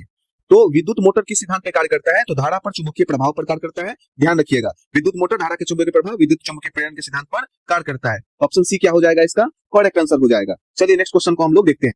नेक्स्ट क्वेश्चन क्या देख रहे हो, जीवाश्म ईंधन है, सौर ऊर्जा, पवन ऊर्जा, कोयला, जल, जल्दी से बताइए। जीवाश्म ईंधन है, सौर ऊर्जा, पवन ऊर्जा, कोयला, जल। तो हम बात करें जीवाश्म ईंधन है तो हम सभी जानते हैं कोयला क्या है, जीवाश्म ईंधन है। ठीक है, कोयला क्या है, जीवाश्म ईंधन है। तो राइट आंसर क्या हो जाएगा, ऑप्शन नंबर सी। चलिए नेक्स्ट क्वेश्चन को हम लोग देखते हैं। नेक्स्ट क्वेश्चन क्या कह रहा है, ओजोन परत हमें किससे बचाती है, अवरक्त किरणों से, पराबैंगनी किरणों से, गामा किरणों से, रेडियो तरंग से। ठीक है, तो हम सभी जानते हैं ओजोन परत हमें किससे बचाती है, तो पराबैंगनी किरण से हमें बचाती है। तो राइट आंसर क्या हो जाएगा, option number B. Option number B क्या है इसका राइट आंसर, पराबैंगनी किरण से कौन हमें बचाता है, ओजोन परत बचाता है। चलिए नेक्स्ट क्वेश्चन को हम लोग देखते हैं। नेक्स्ट क्वेश्चन क्या देख रहे हैं, जैव विविधता का संरक्षण क्यों आवश्यक है, जैव विविधता का संरक्षण क्यों आवश्यक है, सौंदर्य के लिए, पारिस्थितिकी संतुलन के लिए, पर्यटन के लिए, उद्योग के लिए, जल्दी से बताइए। जैव विविधता का संरक्षण क्यों आवश्यक है, सौंदर्य के लिए, पारिस्थितिकी संतुलन के लिए, पर्यटन के लिए, औद्योगिक के लिए। तो हम सभी जानते हैं जैव विविधता का संरक्षण क्यों आवश्यक है, पारिस्थितिकी संतुलन के लिए, पारिस्थितिकी संतुलन के लिए जैव विविधता क्या है, संरक्षण आवश्यक है। जैव विविधता का संरक्षण आवश्यक है पारिस्थितिकी संतुलन के लिए, पारिस्थितिकी संतुलन के लिए। ध्यान रखिएगा, एग्जाम में आता है, इसका सही आंसर आप करेंगे। चलिए नेक्स्ट क्वेश्चन को हम लोग देखते हैं। नेक्स्ट क्वेश्चन क्या कह रहा है, बायोडिग्रेडेबल अपशिष्ट है, प्लास्टिक, कांच, कागज, पॉलिथीन, कौन है, जल्दी से बताइए। बायोडिग्रेडेबल, तो आप समझ लीजिए बायोडिग्रेडेबल की बात करें तो गल सड़कर कार्बन डाइऑक्साइड, पानी, पोषक तत्वों में बदल जाता है, आसानी से बदल जाता है। और इसमें क्या होता है ना, पर्यावरण को नुकसान पहुंचाए बिना ही मिट्टी में मिल जाता है। तो कौन ऐसा हो सकता है, प्लास्टिक तो नहीं होगा, कांच भी नहीं होगा, पॉलिथीन भी नहीं होगा, कौन होगा, कागज होगा। तो ऑप्शन सी क्या हो जाएगा, इसका राइट आंसर हो जाएगा। तो हम उम्मीद करते हैं आप सभी ने भी ऑप्शन सी को दिया है कि नहीं। चलिए नेक्स्ट क्वेश्चन को हम लोग देखते हैं। नेक्स्ट क्वेश्चन क्या है, पारिस्थितिकी तंत्र में उत्पादक है, पशु, मनुष्य, पौधे, बैक्टीरिया, जल्दी से बताइए। पारिस्थितिकी तंत्र में उत्पादक है, पशु, मनुष्य, पौधे, बैक्टीरिया। तो हम सभी जानते हैं पारिस्थितिकी तंत्र में उत्पादक की अगर बात है तो पौधे, ऑप्शन सी क्या हो जाएगा, करेक्ट आंसर हो जाएगा। चलिए नेक्स्ट क्वेश्चन को हम लोग देखते हैं। जल का सबसे बड़ा स्रोत है, नदी, झील, समुद्र, वर्षा, बहुत ही आसान क्वेश्चन है, हम सभी जानते हैं जल का सबसे बड़ा स्रोत समुद्र है। ऑप्शन सी क्या है, राइट आंसर है। चलिए नेक्स्ट क्वेश्चन को हम लोग देखते हैं। नेक्स्ट क्वेश्चन बहुत इंपॉर्टेंट क्वेश्चन, प्राकृतिक संसाधन जो समाप्त हो सकते हैं, अक्षय, नवीकरणीय, अनवीकरणीय, चक्रीय, जल्दी से बताइए। बहुत ही आसान क्वेश्चन है, प्राकृतिक संसाधन जो समाप्त हो सकते हैं हम सभी जानते हैं उसे हम अनवीकरणीय संसाधन कहते हैं। ऑप्शन सी क्या हो जाएगा, राइट आंसर हो जाएगा। तो हम उम्मीद करते हैं आप सभी ने भी ऑप्शन सी को चुना है। चलिए नेक्स्ट क्वेश्चन को हम लोग देखते हैं। नेक्स्ट क्वेश्चन क्या कह रहा है, खाद्य श्रृंखला का प्रथम स्तर होता है उपभोक्ता, अपघटक, उत्पादक, परजीवी, जल्दी से बताइए। खाद्य श्रृंखला का प्रथम स्तर होता है उपभोक्ता, अपघटक, उत्पादक, परजीवी। तो क्या होता है, तो खाद्य श्रृंखला का प्रथम स्तर होता है उत्पादक। तो ऑप्शन सी क्या हो जाएगा, राइट आंसर हो जाएगा। चलिए नेक्स्ट क्वेश्चन को हम लोग देखते हैं। नेक्स्ट क्वेश्चन क्या कह रहा है, कचरे को खाद में बदलने की प्रक्रिया कहलाती है पुनर्चक्रण, चक्रण, अपघटक, कंपोस्टिंग, दहन, पुनर्चक्रण, अपघटन, कंपोस्टिंग, दहन, जल्दी से बताइए। कचरे को खाद में बदलने की प्रक्रिया को कहते हैं, तो आइए राइट आंसर देखते हैं। कचरे को खाद में बदलने की कंपोस्टिंग कहते हैं, तो ऑप्शन सी क्या हो जाएगा, राइट आंसर हो जाएगा। हम उम्मीद करते हैं आप सभी ने भी ऑप्शन सी को चुना है। चलिए नेक्स्ट क्वेश्चन को देखते हैं। नेक्स्ट क्वेश्चन, आज का लास्ट क्वेश्चन, जैव विविधता का संरक्षण क्यों आवश्यक है, सौंदर्य के लिए, पारिस्थितिकी संतुलन के लिए, पर्यटन के लिए, औद्योगिक के लिए। बहुत ही आसान क्वेश्चन है, जैव विविधता का संरक्षण क्यों आवश्यक है, तो हम सभी जानते हैं पारिस्थितिकी संतुलन के लिए जैव विविधता का संरक्षण आवश्यक है। तो ऑप्शन नंबर बी क्या है, राइट आंसर है। हम उम्मीद करते हैं आप सभी ने भी ऑप्शन नंबर बी को चुना है। नेक्स्ट क्वेश्चन आप क्या देख रहे हो, नमक जो अम्ल व क्षार से बनता है, अम्लीय, क्षारीय, उदासीन। नमक जो अम्ल व क्षार से बनता है, राइट आंसर क्या होगा, अम्लीय, क्षारीय, उदासीन सभी। आइए इसका राइट आंसर जानते हैं। अम्लीय भी होता है, क्षारीय भी होता है, उदासीन भी होता है। तो राइट आंसर इसका क्या हो जाता है, ऑप्शन नंबर डी। हम उम्मीद करते हैं आप सभी ने भी ऑप्शन नंबर डी को चुना है। चलिए अगले क्वेश्चन को हम लोग देखते हैं। अगले क्वेश्चन को हम देख रहे हैं, प्लास्टर ऑफ पेरिस का सूत्र है CaSO4, CaSO4 half H2O, CaSO4 2H2O, CaCO3। Plaster of Paris का सूत्र है, एग्जाम के लिए बहुत महत्वपूर्ण ये मतलब सूत्र है, आप इसको ध्यान रखना। आपसे बोल देगा प्लास्टर ऑफ पेरिस का निर्माण, या आपसे पूछ देगा प्लास्टर ऑफ पेरिस से जिप्सम का निर्माण। तो आइए इसका राइट आंसर को जानते हैं। प्लास्टर ऑफ पेरिस का सूत्र है CaSO4 हाफ H2O। आप ध्यान रखें, ऑप्शन बी क्या हो जाएगा, इसका राइट आंसर हो जाएगा। अब उम्मीद करते हैं आप सभी ने भी ऑप्शन बी को चुना है। चलिए नेक्स्ट क्वेश्चन को हम लोग देखते हैं। नेक्स्ट क्वेश्चन आप देख पा रहे हो, चूना जल का सूत्र है CaO Ca*H CaCO3 CaCl2। चूना जल का सूत्र है CaO Ca*H CaCO3 CaCl2। हम सभी जानते हैं CaOH चूना जल का सूत्र है। इसे बुझा हुआ चूना के नाम से भी जानते हैं, इसे हम बिना बुझा हुआ चूने के नाम से जानते हैं। ये दोनों बातें आपको ध्यान में रखनी है। तो इसका राइट आंसर क्या हो जाता है, ऑप्शन नंबर बी। तो चलिए नेक्स्ट क्वेश्चन को हम लोग देखते हैं। अगले क्वेश्चन को आप देख पा रहे हैं, पीएच स्केल का विकास किया लॉवेजियर ने किया, सोरेनसन ने किया, डाल्टन ने किया, रदरफोर्ड ने किया। पीएच स्केल का विकास किया। तो आइए इसका राइट आंसर जानते हैं। हम सभी जानते हैं कि पीएच स्केल की बात करें तो सोरेन टेंडर लॉरेंस सोरेनसन ने किया था। कितने ईस्वी में किया था, 1919 ईस्वी में किया था। तो राइट आंसर से क्या हो जाएगा, ऑप्शन नंबर बी। हम उम्मीद करते हैं आप सभी ने भी ऑप्शन नंबर बी को चुना है। चलिए अगले क्वेश्चन को हम लोग देखते हैं। अगला क्वेश्चन आप क्या देख रहे हो, अम्ल और क्षार का जब अभिक्रिया होता है, गैस बनता है, लवण जल बनता है, अम्ल बनता है, क्षार बनता है। अम्ल और क्षार दोनों अभिक्रिया करते हैं तो क्या बनता है, गैस, लवण जल, अम्ल और क्षार। आइए इसका सही आंसर को जानते हैं। ये बहुत इंपॉर्टेंट क्वेश्चन है, इसको हम 5 स्टार का रेटिंग देते हैं। और आपको बता दें, हम सभी जानते हैं अम्ल क्षार जब परस्पर अभिक्रिया करते हैं संगत लवण जल का निर्माण होता है। राइट आंसर इसका ऑप्शन बी हो जाता है। और इसे ही उदासीनीकरण अभिक्रिया के नाम से भी जानते हैं। आपसे एग्जाम में पूछ देगा उदासीनीकरण अभिक्रिया को लिखें, तो आप फटाक से अम्ल क्षार का अभिक्रिया करवा दोगे, यानी HCl का अभिक्रिया करवा दोगे, और इसका अभिक्रिया करवा दोगे क्षार का NaOH का अभिक्रिया करवा दोगे तो NaCl बनेगा। और क्या बनेगा, आप सभी जानते हो, H2O बनेगा। तो ये क्या है, संगत लवण और जल है। तो अम्ल क्षार अभिक्रिया करती है तो संगत लवण जल का निर्माण होता है। ध्यान रखिए, एग्जाम में अगर पूछता है तो आप लिख सकते हो। यहां से 3 क्वेश्चन बनने की संभावनाएं हैं। चलिए अगले क्वेश्चन को देखते हैं। हम उम्मीद करते हैं आप सभी ने ऑप्शन बी को चुना है। अगला क्वेश्चन आप देख पा रहे हो, साबुन किस प्रकृति का होता है, अम्लीय, क्षारीय, उदासीन, अम्लीय, क्षारीय। आइए इसका राइट आंसर को जानते हैं। साबुन किस प्रकृति का होता है, हम सभी जानते हैं क्षारीय प्रकृति का होता है। ऑप्शन बी क्या हो जाएगा, इसका राइट आंसर हो जाएगा। चलिए अगले क्वेश्चन को हम लोग देखते हैं। नेक्स्ट क्वेश्चन क्या कह रहा है, एसिटिक अम्ल पाया जाता है दही, सिरका, नींबू, दूध में। एसिटिक अम्ल पाया जाता है दही में, सिरका में, नींबू में, दूध में। आइए इसके राइट आंसर को जानते हैं। हम सभी जानते हैं सिरका जो है, एसिटिक अम्ल सिरका में पाया जाता है। ऑप्शन बी क्या हो जाएगा, इसका राइट आंसर हो जाएगा। याद रखिए, एसिटिक अम्ल सिरका में पाया जाता है। चलिए नेक्स्ट क्वेश्चन को हम लोग देखते हैं। नेक्स्ट क्वेश्चन क्या कह रहा है, दांत साफ करने में उपयोगी पदार्थ है अम्ल, क्षार, लवण, धातु। हम सभी जानते हैं दांत साफ करने में उपयोगी पदार्थ क्षार होता है, क्योंकि हम सभी जानते हैं ऐड में बोला जाता है कि आपकी टूथपेस्ट में नमक है। क्योंकि नमक जब H2O में बोला जाता है तो आपके मुंह के अंदर लार में उपस्थित जल से भी क्या करता है, तो NaOH बनाता है, जो कि अम्ल को उदासीन कर देता है। तो दांत साफ करने में उपयोग होता है क्षार का। चलिए नेक्स्ट क्वेश्चन को हम लोग देखते हैं। उम्मीद करते हैं आप सभी ने ऑप्शन बी को दिया है। नेक्स्ट क्वेश्चन को आप देख पा रहे हो, NaCl का सामान्य नाम है खाने का नमक, धुलाई सोडा, बेकिंग सोडा, चूना। NaCl का समान नाम है। हम सभी जानते हैं हमारे किचनों में जो यूज होता है NaCl होता है। ऑप्शन ए क्या हो जाएगा, इसका राइट आंसर। उम्मीद करते हैं आप सभी ने ऑप्शन ए को चुना है। चलिए अगले क्वेश्चन को, नेक्स्ट क्वेश्चन को हम लोग देखते हैं। नेक्स्ट क्वेश्चन आप देख पा रहे हो, क्षारीय मिट्टी का उपचार किया जाता है चूना डालकर, जिप्सम डालकर, नमक डालकर, जल डालकर। तो क्षारीय मिट्टी का उपयोग किया जाता है जिप्सम डालकर। तो राइट आंसर क्या हो जाएगा, option number D. Next question को हम लोग देखते हैं। नेक्स्ट क्वेश्चन, धातु समानता कैसी होती है, भंगुर, चमकीली, गैसीय, तरल। धातु समानता कैसी होती है, भंगुर, चमकीली, गैसीय, तरल। जल्दी से इसका आंसर कीजिए। हम सभी जानते हैं धातु प्रायः कैसी होती है, चमकीली होती है। तो राइट आंसर क्या हो जाएगा, ऑप्शन नंबर बी। हम उम्मीद करते हैं आप सभी ने ऑप्शन नंबर डी को चुना है। चलिए नेक्स्ट क्वेश्चन को हम लोग देखते हैं। नेक्स्ट क्वेश्चन को हम लोग देखते हैं, निम्न में से कौन सा अधातु है, सोडियम, लोहा, सल्फर, एल्युमिनियम। निम्न में से कौन अधातु है, सोडियम, लोहा, सल्फर, एल्युमिनियम। हम सभी जानते हैं सोडियम धातु है, लोहा धातु, एल्युमिनियम धातु है, सल्फर अधातु है। तो ऑप्शन सी क्या हो जाएगा, राइट आंसर हो जाएगा। उम्मीद करते हैं आप सभी ने ऑप्शन सी को चुना है। नेक्स्ट क्वेश्चन को हम लोग देखते हैं। नेक्स्ट क्वेश्चन को हम लोग देख रहे हैं, धातुएं उष्मा की कैसी चालक होती है, कुचालक, अर्धचालक, सुचालक, चालक नहीं। धातुएं उष्मा की कैसी चालक होती है, कुचालक, अर्धचालक, सुचालक, चालक नहीं। तो क्लास में आपको हमने कैंडल का डिफिनेशन देकर के हम समझाया था। जब कैंडल्स मतलब मोम से जो है किसी धातु के छड़ के ऊपर कैंडल को चिपका देंगे, मतलब कैंडल के मोम से किसी कांटी को, लोहे की कील या कांटी को चिपको देंगे, और किसी एक छोर को, उस लोहे के छड़ के एक छोर को गर्म करेंगे तो मोम पिघलेगा, तो सारे कील जो है नीचे गिरेंगे। तो हम सभी ने जाना था कि धातु उष्मा का क्या होता है, सुचालक होता है। तो राइट आंसर इसका ऑप्शन सी हो जाता है। तो नेक्स्ट क्वेश्चन को हम लोग देखते हैं। अगला क्वेश्चन आप देख रहे हो, सबसे अधिक क्रियाशील धातु कौन सी है, सोना, लोहा, सोडियम, तांबा। सबसे अधिक क्रियाशील धातु कौन सी है, आइए इसका राइट आंसर को जानते हैं। हम सभी जानते हैं सोडियम सबसे, इसमें इस तीनों में सबसे ज्यादा सोडियम जो है क्या है, क्रियाशील धातु है। तो राइट आंसर इसका ऑप्शन नंबर सी हो जाएगा। तो नेक्स्ट क्वेश्चन को हम लोग देखते हैं। नेक्स्ट क्वेश्चन आप क्या देख रहे हो, निम्न में से कौन सबसे कम क्रियाशील है, सोडियम, मैग्नीशियम, जिंक, सोना। निम्न में से कौन सबसे कम क्रियाशील है, सोडियम, मैग्नीशियम, जिंक, सोना। आइए इसके राइट आंसर को जानते हैं। सोना जो है ना, सोना क्या है, सबसे कम क्रियाशील है। सोडियम सबसे ज्यादा है, इससे भी ज्यादा पोटेशियम के होता है, उससे कम Na होता है, उससे कम Ca होता है, उससे कम मैग्नीशियम होता है। ठीक है, इसी तरह जो है ये घटते क्रम में चला जाता है। तो सबसे कम कौन है? सोना है। सोना सबसे नीचे आता है। ऑप्शन डी क्या हो जाएगा इसका राइट आंसर हो जाएगा। उम्मीद करते हैं आप सभी ने ऑप्शन सी को चुना है। चलिए अगले क्वेश्चन को हम लोग देखते हैं। नेक्स्ट क्वेश्चन आप क्या देख रहे हो? धातु जो चाकू से काटी जा सकती है, लोहा, तांबा, सोडियम, एल्युमिनियम। धातु जो चाकू से काटी जा सकती है, हम सभी जानते हैं सोडियम को आसानी से चाकू से काटी जा सकती है। तो राइट आंसर ऑप्शन सी हो जाएगा। अगला क्वेश्चन आप देख रहे हो, जिंक का अयस्क है, bauxite, zinc blende, haematite, pyrite. Zinc का अयस्क है, bauxite, zinc blende, haematite, pyrite.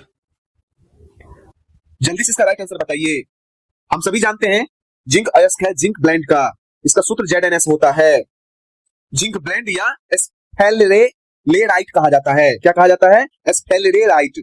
इसको इस तरह से हम लिख सकते हैं। एक नाम जो है जिंक ब्लेंड हो गया, है कि नहीं। एक इसका जो अयस्क होता है फेलेराइट, ध्यान रखें। तो इसका राइट आंसर क्या हो जाएगा? Option number B. तो नेक्स्ट क्वेश्चन को हम लोग देखते हैं। नेक्स्ट क्वेश्चन, एल्युमिनियम का अयस्क है, बॉक्साइट, कैल्साइट, ग्लेना, हेमाटाइट। तो हम सभी जानते हैं एल्युमिनियम का अयस्क बॉक्साइट होता है। तो right answer option number A हो जाएगा। नेक्स्ट क्वेश्चन को हम लोग देखते हैं। नेक्स्ट क्वेश्चन हम लोग देख रहे हैं, लोहा का अयस्क है, bauxite, pyrite, hematite, zinc blende. लोहा का अयस्क bauxite, pyrite, pyrite, hematite, zinc blende. जल्दी से इसका आंसर कीजिए। तो हम सभी जानते हैं लोहा का अयस्क हेमाटाइट होता है। तो ऑप्शन सी क्या हो जाएगा इसका राइट आंसर। नेक्स्ट क्वेश्चन आप देख पा रहे हैं, धातुओं को जंग से बचाने की विधि, पेंटिंग, गैल्वेनीकरण, तेल लगाना, सभी। तो इसका राइट आंसर क्या हो जाएगा? पेंटिंग, गैल्वेनीकरण, तेल लगाना। ऑप्शन डी क्या हो जाएगा इसका राइट आंसर हो जाएगा। नेक्स्ट क्वेश्चन आप देख पा रहे हो, गैल्वेनीकरण में कोटिंग की जाती है, तांबा का, जिंक का, चांदी का, सोना का। आज की क्लास में ही आपको हमने समझाया था गैल्वेनीकरण में जिंक की कोटिंग की जाती है। तो ऑप्शन बी जो हो जाएगा इसका राइट आंसर हो जाएगा। नेक्स्ट क्वेश्चन आप देख रहे हो, विद्युत का सबसे अच्छा चालक है, तांबा, लोहा, चांदी, एल्युमिनियम। विद्युत का सबसे अच्छा चालक जो हो जाएगा चांदी। राइट आंसर ऑप्शन सी हो जाएगा। हम उम्मीद करते हैं आप सभी ने भी ऑप्शन सी दिया है। चलिए नेक्स्ट क्वेश्चन को हम लोग देखते हैं। नेक्स्ट क्वेश्चन आप देख पा रहे हैं, अधातुएं समांतर कैसी होती है? तन, सुचालक, भंगुर, चमकीली। अधातुएं समांतर कैसी होती है? तन, सुचालक, भंगुर, चमकीली। हम सभी जानते हैं अधातुएं भंगुर होती है। ऑप्शन सी क्या हो जाएगा इसका राइट आंसर हो जाएगा। नेक्स्ट क्वेश्चन हम देख पा रहे हैं, हीरा किसका अपरूप है? Sulphur, carbon, oxygen, nitrogen. हीरा किसका अपरूप है? Sulphur, carbon, oxygen, nitrogen. Right answer carbon हो जाएगा। हीरा और ग्रेफाइट क्या है? कार्बन के अपरूप है। नेक्स्ट क्वेश्चन को हम लोग देखते हैं। नेक्स्ट क्वेश्चन आप देख पा रहे हैं, ग्रेफाइट विद्युत का चालक है क्योंकि मुक्त इलेक्ट्रॉन होते हैं, भारी होता है, ठोस होता है, काला होता है। हम उम्मीद करते हैं आप सभी ने इसका सही आंसर दे दिया होगा। ग्रेफाइट विद्युत का चालक होता है क्योंकि मुक्त इलेक्ट्रॉन होते हैं। ऑप्शन ए जो है राइट आंसर हो जाएगा। चलिए नेक्स्ट क्वेश्चन को हम लोग देखते हैं। नेक्स्ट क्वेश्चन आप देख पा रहे हैं, धातुओं की क्रियाशीलता श्रेणी में सबसे ऊपर, सोना, पोटासियम, तांबा, लोहा। धातुओं की क्रियाशीलता में श्रेणी में सबसे ऊपर, सोना, पोटासियम, तांबा, लोहा। राइट आंसर हो जाएगा पोटासियम। के क्या है? सबसे ऊपर है। ऑप्शन बी क्या हो जाएगा राइट आंसर हो जाएगा। धातुओं की क्रियाशीलता में सबसे ऊपर पोटासियम होता है। नेक्स्ट क्वेश्चन आप देख रहे हो, CuSO4 विलयन में लोहे की कील डालने पर कोई परिवर्तन नहीं होता है, तांबा जमता है, लोहा घुलती नहीं, गैस निकलता है। CuSO4 जिसे नीला खोता का विलयन भी कहा जाता है। CuSO4 विलयन में लोहे की कील डालने पर कोई परिवर्तन नहीं, तांबा जमता है, लोहा घुलता नहीं, गैस निकलती है। तो राइट आंसर हम सभी जानते हैं इसका क्या होगा, तांबा जमता है। ये लोहे की कील को जब हम कॉपर सल्फेट के विलयन में डुबोते हैं तो भूरा रंग का तांबा जो है उसके ऊपर जाके जम जाता है। विस्थापन अभिक्रिया हमने पढ़ा था। राइट आंसर ऑप्शन बी हो जाएगा। नेक्स्ट क्वेश्चन को हम लोग देखते हैं। नेक्स्ट क्वेश्चन हम क्या देख रहे हैं, धातुओं से बना ऑक्साइड होते हैं, अम्लीय, क्षारीय, उदासीन, सभी। एसिड, बेस एंड साल्ट में आपको मैंने अच्छे से बताया था, धातुओं से बने ऑक्साइड होते हैं। तो क्या राइट आंसर होगा? क्षारीय। ऑप्शन बी क्या हो जाएगा इसका राइट आंसर हो जाएगा। नेक्स्ट क्वेश्चन को हम लोग देखते हैं। नेक्स्ट क्वेश्चन हम क्या देख रहे हैं, धातुएं अधातुएं के ऑक्साइड होते हैं, क्षारीय, उदासीन, अम्लीय, सभी। अधातुएं के ऑक्साइड होते हैं, क्लास में मैंने पढ़ाया था। हम सभी जानते हैं अधातुएं के ऑक्साइड क्या होते हैं, अम्लीय होते हैं। धातुएं के ऑक्साइड कैसे होते हैं? क्षारीय होते हैं। एसिड, बेस एंड साल्ट में हमने अच्छे से आपको पढ़ाया था। अधातुएं के ऑक्साइड क्या होती हैं? अम्लीय होते हैं। नेक्स्ट क्वेश्चन को हम लोग देखते हैं। नेक्स्ट क्वेश्चन आप क्या देख रहे हैं, सबसे हल्की धातु है, लिथियम, सोडियम, पोटासियम, कैल्शियम। सबसे हल्की धातु है, हम सभी जानते हैं लिथियम सबसे हल्की धातु है। राइट आंसर ऑप्शन ई हो जाएगा। नेक्स्ट क्वेश्चन को हम लोग देखते हैं। नेक्स्ट क्वेश्चन आप क्या देख रहे हो, तांबे पर हरी परत है, CuO, CuSO4, basic copper carbonate, CuCl2। अभी हम कुछ देर पहले इस क्वेश्चन के बारे में आपको बताया था। Right answer basic copper carbonate हो जाएगा। ऑप्शन सी क्या हो जाएगा इसका राइट आंसर। नेक्स्ट क्वेश्चन को हम लोग देखते हैं। नेक्स्ट क्वेश्चन आप क्या देख रहे हो, लोहे को जंग से बचाने के लिए टीन की परत, पेंटिंग, टीनिंग, गैल्वेनीकरण, मिश्र धातु। क्या होगा इसका राइट आंसर? लोहे को जंग से बचाने के लिए टीन की परत, हम सभी जानते हैं टीनिंग किया जाता है। इसका मतलब होता है टीन एक सुरक्षात्मक ढाल होता है के रूप में कार्य करता है जो लोहे को हवा की नमी के सीधे संपर्क में आने से रोकता है, इसलिए इसके ऊपर टीन की परत चढ़ाई जाती है जो कि ऑक्सीकरण और संचालन से सुरक्षा प्रदान करता है। तो राइट आंसर ऑप्शन बी हो जाएगा। उम्मीद करते हैं आप सभी ने ऑप्शन बी को चुना है। नेक्स्ट क्वेश्चन को हम लोग देखते हैं। नेक्स्ट क्वेश्चन हम लोग देख रहे हैं, स्टील है तत्व, यौगिक, मिश्र धातु, अधातु। तो हम सभी जानते हैं स्टील है मिश्र धातु, ऑप्शन सी क्या हो जाएगा इसका राइट आंसर हो जाएगा। नेक्स्ट क्वेश्चन को हम लोग देखते हैं। नेक्स्ट क्वेश्चन क्या देख रहे हैं, पीतल बना है Cu प्लस Zn से, Cu प्लस Sn से, Fe प्लस C से, Al प्लस Cu से। पीतल बना है Cu plus Zn, Cu plus Sn, Fe plus C, Al plus Cu। Right answer हो जाएगा Cu plus Zn। Option A क्या हो जाएगा इसका करेक्ट आंसर हो जाएगा। पीतल बना होता है कॉपर जिंक से। नेक्स्ट क्वेश्चन को हम लोग देखते हैं। नेक्स्ट क्वेश्चन क्या देख रहे हैं, कांसा बना होता है तांबा जिंक से, तांबा टीन से, लोहा कार्बन से, एल्युमिनियम प्लस मैग्नीशियम से। कांसा बना होता है तांबा जिंक, तांबा टीन, लोहा कार्बन, एल्युमिनियम मैग्नीशियम। इसका राइट आंसर हो जाएगा तांबा टीन। ऑप्शन बी क्या हो जाएगा इसका करेक्ट आंसर हो जाएगा। नेक्स्ट क्वेश्चन को हम लोग देखते हैं। नेक्स्ट क्वेश्चन को हम लोग देख रहे हैं, कार्बन की संयोजकता होती है 2 3 4 5। कार्बन की संयोजकता 2 3 4 5 कितने होती है? तो हम सभी जानते हैं कार्बन की संयोजकता 4 होती है। तो ऑप्शन सी क्या हो जाएगा इसका करेक्ट आंसर हो जाएगा। नेक्स्ट क्वेश्चन को हम लोग देखते हैं। नेक्स्ट क्वेश्चन हम क्या देख रहे हैं, CH4 है एथेन, मीथेन, एथीन, एथाइन। हम सभी जानते हैं CH4 हम मीथेन को कहते हैं। ऑप्शन बी क्या हो जाएगा इसका राइट आंसर हो जाएगा। नेक्स्ट क्वेश्चन को हम लोग देखते हैं। नेक्स्ट क्वेश्चन हम लोग क्या देखते हैं, निम्न में से संतृप्त हाइड्रोकार्बन है एथीन, एथाइन, मीथेन, बेंजीन। निम्न में से संतृप्त हाइड्रोकार्बन है, राइट आंसर हो जाएगा मीथेन, क्योंकि हम सभी जानते हैं इसमें कार्बन परमाणु केवल एकल सहसंयोजक बंध सिंगल कोवैलेंट बॉन्ड से जुड़े होते हैं। यह अधिकतम संभव हाइड्रोजन परमाणु से जुड़ा होता है, क्योंकि ये जो होता है इसका स्ट्रक्चर इस तरह से आप देखते हो, ठीक है। तो संतृप्त हाइड्रोकार्बन क्या है, मीथेन है। नेक्स्ट क्वेश्चन को हम लोग देखते हैं। नेक्स्ट क्वेश्चन आप क्या देख रहे हो, असंतृप्त हाइड्रोकार्बन होता है एकल बंध, दोहरा त्रिबंध, आयनिक बंध, हाइड्रोजन बंध।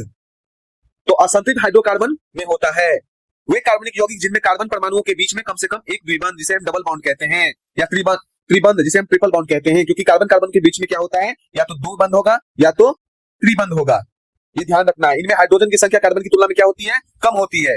तो यहाँ पर क्या हो जाएगा राइट आंसर, दोहरा त्रिबंध। ऑप्शन बी क्या हो जाता है इसका राइट आंसर हो जाता है। ध्यान दें, हम उम्मीद करते हैं सभी ने भी ऑप्शन बी को चुना है। नेक्स्ट क्वेश्चन को हम लोग देखते हैं। नेक्स्ट क्वेश्चन हम क्या देख रहे हैं, एथेनॉल का सूत्र है CH3OH, C2H5OH, C2H6, CH3COH। जल्दी से इसका आंसर कीजिए। अल्कोहल का सूत्र क्या होता है, हम सभी जानते हैं C2H5OH। क्लास में बहुत बार इसके सूत्र के बारे में हमने लिखा है, इस सूत्र को लिखा है, आप सभी ने सही आंसर किया होगा। नेक्स्ट क्वेश्चन को हम लोग देखते हैं। नेक्स्ट क्वेश्चन है, एथेनॉल का उपयोग होता है तो ईंधन में, विलायक, पेय पदार्थ सभी। एथेनॉल का उपयोग होता है ईंधन, विलायक, पेय पदार्थ सभी। हम सभी जानते हैं ईंधन में भी एथेनॉल का होता है, विलायक में भी होता है, पेय पदार्थ में भी होता है, सभी। ऑप्शन डी क्या हो जाएगा इसका राइट आंसर हो जाएगा। नेक्स्ट क्वेश्चन को हम लोग देखते हैं। नेक्स्ट क्वेश्चन आप क्या देख रहे हैं, सिरका है एथेनॉल, एसिटिक अम्ल, फॉर्मिक अम्ल, साइट्रिक अम्ल। हम सभी जानते हैं सिरका एसिटिक अम्ल को कहा जाता है। ऑप्शन बी क्या हो जाएगा इसका राइट आंसर हो जाएगा। नेक्स्ट क्वेश्चन को हम लोग देखते हैं। नेक्स्ट क्वेश्चन हम क्या देख रहे हैं, साबुन और डिटर्जेंट में अंतर। दोनों समान, साबुन कठोर जल में काम नहीं करता, डिटर्जेंट काम नहीं करता, दोनों अम्लीय है। साबुन और डिटर्जेंट में अंतर, तो इसका राइट आंसर हो जाएगा साबुन कठोर जल में भी काम नहीं करता है कि नहीं, लेकिन डिटर्जेंट यहाँ पे क्या हो जाएगा, साबुन और डिटर्जेंट में क्या अंतर होता है, साबुन कठोर जल में काम नहीं करता है, साबुन कठोर जल में काम नहीं करता है। तो राइट आंसर क्या हो जाएगा, option number B. Option number B क्या हो जाएगा इसका राइट आंसर। इंपोर्टेंट क्वेश्चन है, एस्टर की गंध होती है तीखी, फल जैसी, कड़वी, गंधहीन। एस्टर की गंध होती है, ध्यान रखिए एग्जाम में बहुत बार पूछा गया है, एस्टर का गंध फल जैसी होती है। ऑप्शन बी क्या हो जाएगा इसका राइट आंसर हो जाएगा। नेक्स्ट क्वेश्चन को हम लोग देखते हैं। नेक्स्ट क्वेश्चन आप क्या देख रहे हैं, एस्टरीकरण अभिक्रिया में बनता है अल्कोहल, अम्ल, एस्टर, क्षार। एस्टरीकरण अभिक्रिया में बनता है अल्कोहल, अम्ल, एस्टर, क्षार। हम सभी जानते हैं एस्टरीकरण अभिक्रिया में एस्टर का निर्माण होता है। राइट आंसर इसका ऑप्शन सी हो जाएगा। नेक्स्ट क्वेश्चन को हम लोग देखते हैं। नेक्स्ट क्वेश्चन आप क्या देख रहे हैं, साबुन का स्वभाव होता है अम्लीय, क्षारीय, उदासीन और अम्लीय, क्षारीय। जल्दी से बताइए, साबुन का स्वभाव होता है, तो इसका राइट आंसर क्या हो जाएगा, साबुन का स्वभाव क्षारीय होता है। ऑप्शन बी क्या हो जाएगा इसका राइट आंसर हो जाएगा। नेक्स्ट क्वेश्चन को हम लोग देखते हैं।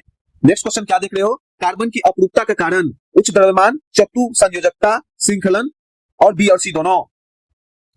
कार्बन का अपरूपता का कारण उच्च द्रव्यमान, चतुर संयोजकता, श्रृंखलन, बी और सी। इसका राइट आंसर क्या हो जाएगा, बी और सी। ऑप्शन डी क्या हो जाएगा इसका करेक्ट आंसर हो जाएगा। नेक्स्ट क्वेश्चन को हम लोग देखते हैं।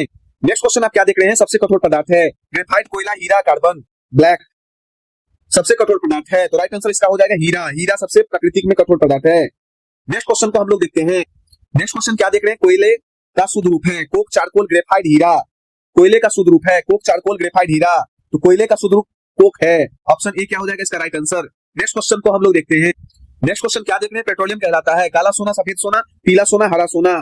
पेट्रोलियम कहलाता है, तो पेट्रोलियम कहलाता है काला सोना। ऑप्शन ए क्या हो जाएगा इसका राइट आंसर हो जाएगा। नेक्स्ट क्वेश्चन को हम लोग देखते हैं।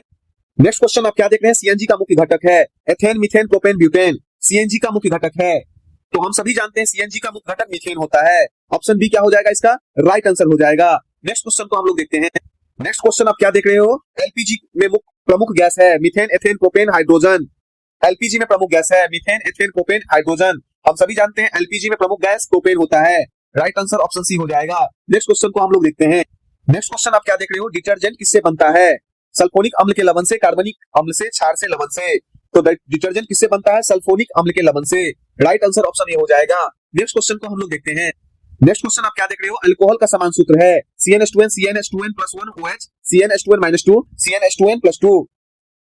तो अल्कोहल का समान सूत्र है, इसका राइट आंसर क्या हो जाएगा? CnH2n + 1 OH। तो ऑप्शन बी क्या हो जाएगा? राइट आंसर हो जाएगा। नेक्स्ट क्वेश्चन को हम लोग देखते हैं। नेक्स्ट क्वेश्चन आप क्या देख रहे हो? कार्बोक्सिलिक अम्ल का समूह है -OH, -COH, -CHO, -CO। देख रहे हो ना? क्या होगा जल्दी से बताओ। कार्बोक्सिलिक अम्ल का समूह है, जल्दी से इसका आंसर बताइए। कार्बोक्सिलिक अम्ल का समूह है, हम सभी जानते हैं COOH जो है कार्बोक्सिलिक अम्ल का समूह है। ऑप्शन बी क्या हो जाएगा? इसका राइट आंसर होगा। नेक्स्ट क्वेश्चन को हम लोग देखते हैं। नेक्स्ट क्वेश्चन आप क्या देख रहे हो? साबुन किस अभिक्रिया से बनता है? दहन, सैफोनिफिकेशन, अपघटन, विस्थापन। साबुन किससे बनता है? हम सभी जानते हैं सैफोनिफिकेशन से बनता है। ऑप्शन बी क्या हो जाएगा? इसका राइट आंसर हो जाएगा। उम्मीद करते हैं आप सभी ने भी ऑप्शन बी को किया है। नेक्स्ट क्वेश्चन को हम लोग देखते हैं। नेक्स्ट क्वेश्चन आप क्या देख रहे हो? बेंजीन का सूत्र C6H6, C6H12, C6H14, C6H10। तो बेंजीन का सही सूत्र क्या होगा? बेंजीन का सूत्र C6H6 बेंजीन का सूत्र होता है। तो राइट आंसर ऑप्शन बी हो जाएगा, मतलब ए हो जाएगा, C6H6 याद रखना। नेक्स्ट क्वेश्चन को हम लोग देखते हैं। नेक्स्ट क्वेश्चन क्या देख रहे हो? कोयले से प्राप्त नहीं होता कोक, कोलतार, कोयला गैस, पेट्रोल। कोयला से प्राप्त नहीं होता, इसका राइट आंसर क्या हो जाएगा? कोयला से पेट्रोल प्राप्त नहीं होता। ऑप्शन डी ध्यान रखना। कोक होता है, कोलतार होता है, कोयला गैस होता है, लेकिन पेट्रोल प्राप्त नहीं होता है। तो राइट आंसर क्या हो जाएगा? Option D. नेक्स्ट क्वेश्चन को हम लोग देखते हैं। नेक्स्ट क्वेश्चन आप देख पा रहे हो क्या है? कार्बन का परमाणु क्रमांक है 6, 8, 12, 14। कार्बन का परमाणु क्रमांक है, जल्दी से इसका राइट आंसर कीजिए। हम सभी जानते हैं कार्बन का परमाणु क्रमांक कितना होता है? 6 होता है। इसी के साथ इस मैराथन का 100 क्वेश्चन कंप्लीट हुआ। तो कुछ बातें आपको हम कहना चाहते हैं, ध्यान दीजिए। अगर तुम्हें सफल होना है तो तुम्हें सफल होना है, अगर तुम्हें सफल होना है तो तुम्हें सोचने से ज्यादा पढ़ने की आवश्यकता है। ध्यान रखना, अपने संघर्ष को अपना जुनून बना लो जब तक तुम्हें तुम्हारी कहानी न लिख दे। अपने संघर्ष को अपना जुनून बना लो जब तक वो तुम्हारी कहानी न लिख दे। ध्यान दीजिएगा, ध्यान ये दोगे, खुद को हमेशा OTP की तरह बनाओ ताकि दूसरी बार आपको कोई इस्तेमाल न करे। तो ध्यान दीजिए, 100 क्वेश्चन हमारा इसी के साथ कंप्लीट हुआ। और आप जो है 100 क्वेश्चंस में जितना आपको कंप्लीट हुआ है तो कमेंट्स बॉक्स में आप जरूर लिखना 100 में कितना कंप्लीट हुआ है। तो इसी के साथ नेक्स्ट क्वेश्चन हम आप लोग देखते हैं 101वां क्वेश्चन को।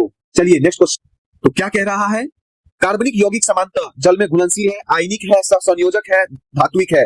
कार्बनिक यौगिक समानता जल में घुलनशील है, आयनिक है, सहसंयोजक है, धात्विक है। हम सभी जानते हैं कार्बनिक यौगिक समानता सहसंयोजक होता है। ऑप्शन सी क्या हो जाता है? इसका राइट आंसर हो जाता है। नेक्स्ट क्वेश्चन को हम लोग देखते हैं। नेक्स्ट क्वेश्चन आप क्या देख रहे हैं? जीवित रहने के लिए आवश्यक क्रियाएं कहलाती है जैविक क्रियाएं, जीवन प्रक्रियाएं, रासायनिक क्रियाएं, भौतिक क्रियाएं। जीवित रहने के लिए आवश्यक क्रियाएं कहलाती है जैविक क्रियाएं, जीवन प्रक्रियाएं, रासायनिक क्रियाएं, भौतिक क्रियाएं। हम सभी जानते हैं उसे हम जैव प्रक्रम या जीवन प्रक्रियाएं कहते हैं। ऑप्शन बी क्या हो जाएगा? इसका राइट आंसर हो जाएगा। उम्मीद करते हैं आप सभी ने भी ऑप्शन बी को चुना है। नेक्स्ट क्वेश्चन को हम लोग देखते हैं। नेक्स्ट क्वेश्चन आप क्या देख रहे हैं? पोषण का मुख्य उद्देश्य है ऊर्जा प्राप्ति, वृद्धि, मरम्मत, सभी। पोषण का मुख्य उद्देश्य है, तो पोषण का मुख्य उद्देश्य ऊर्जा प्राप्ति, वृद्धि, मरम्मत, सभी।